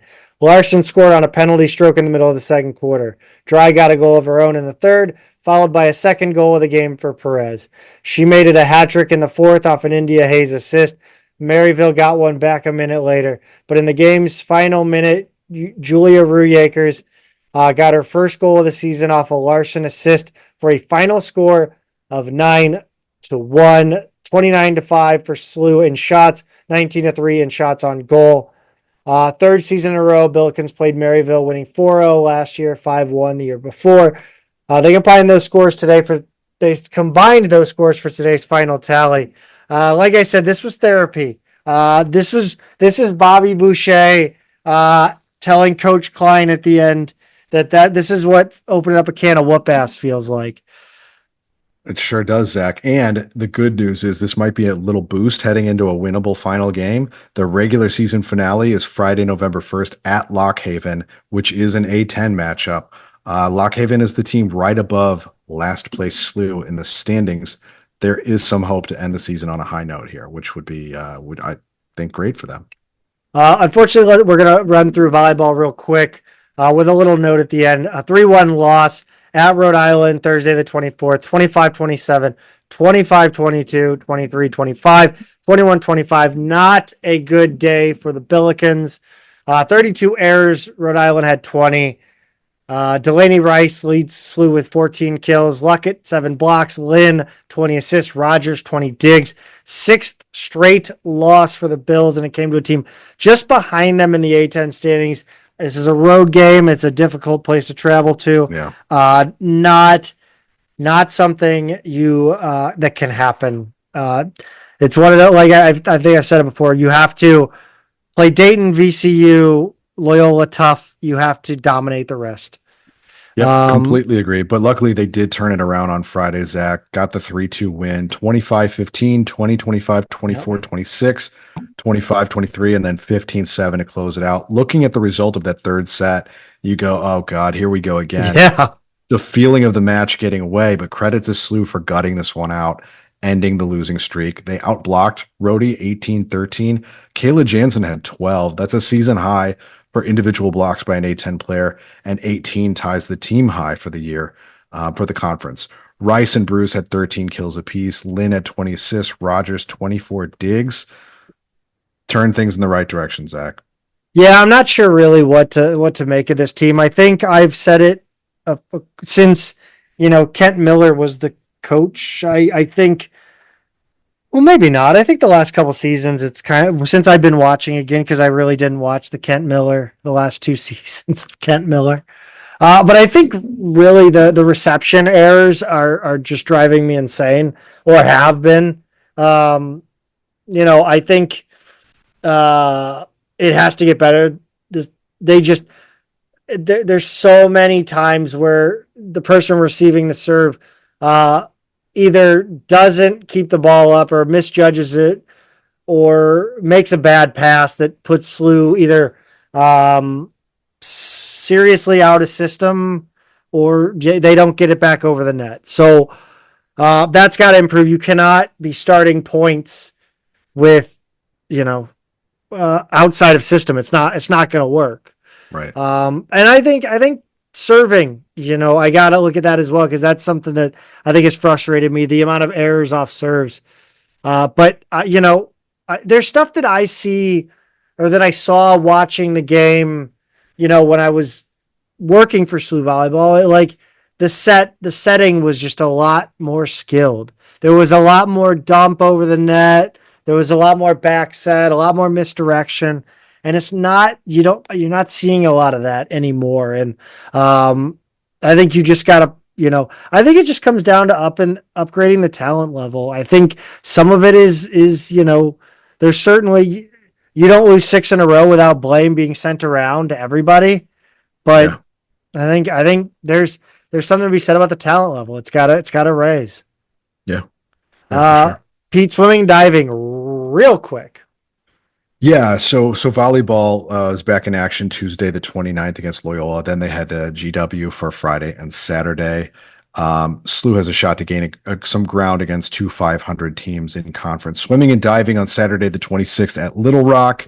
Had Henderson State also competing on the women's side. Henderson State lost to SLU 195-77, but SLU lost to Little Rock 185-95. The men, meanwhile, lost to Henderson State 145-116.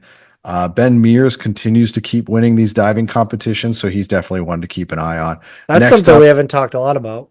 Yeah, next up, swimming and diving, we'll have Bellarmine on Saturday, November 2nd. Cross country, Zach, was off this week, but they do have the A10 championships coming up on November 2nd in Mechanicsville, Virginia. And yeah. Do you think you can get your car fixed there? Did we look up I want to say we looked up where the name came from last year. But now I can't remember. That's all right. We don't need to look. All right, that's going to do it for us. A good 2 hours and change of Billiken chatter for you. Hope you enjoyed it. Don't forget to hit like and subscribe, comment, rate, retweet, tweet, reply, post. Thanks for listening, guys. Go Bills. Go Bills.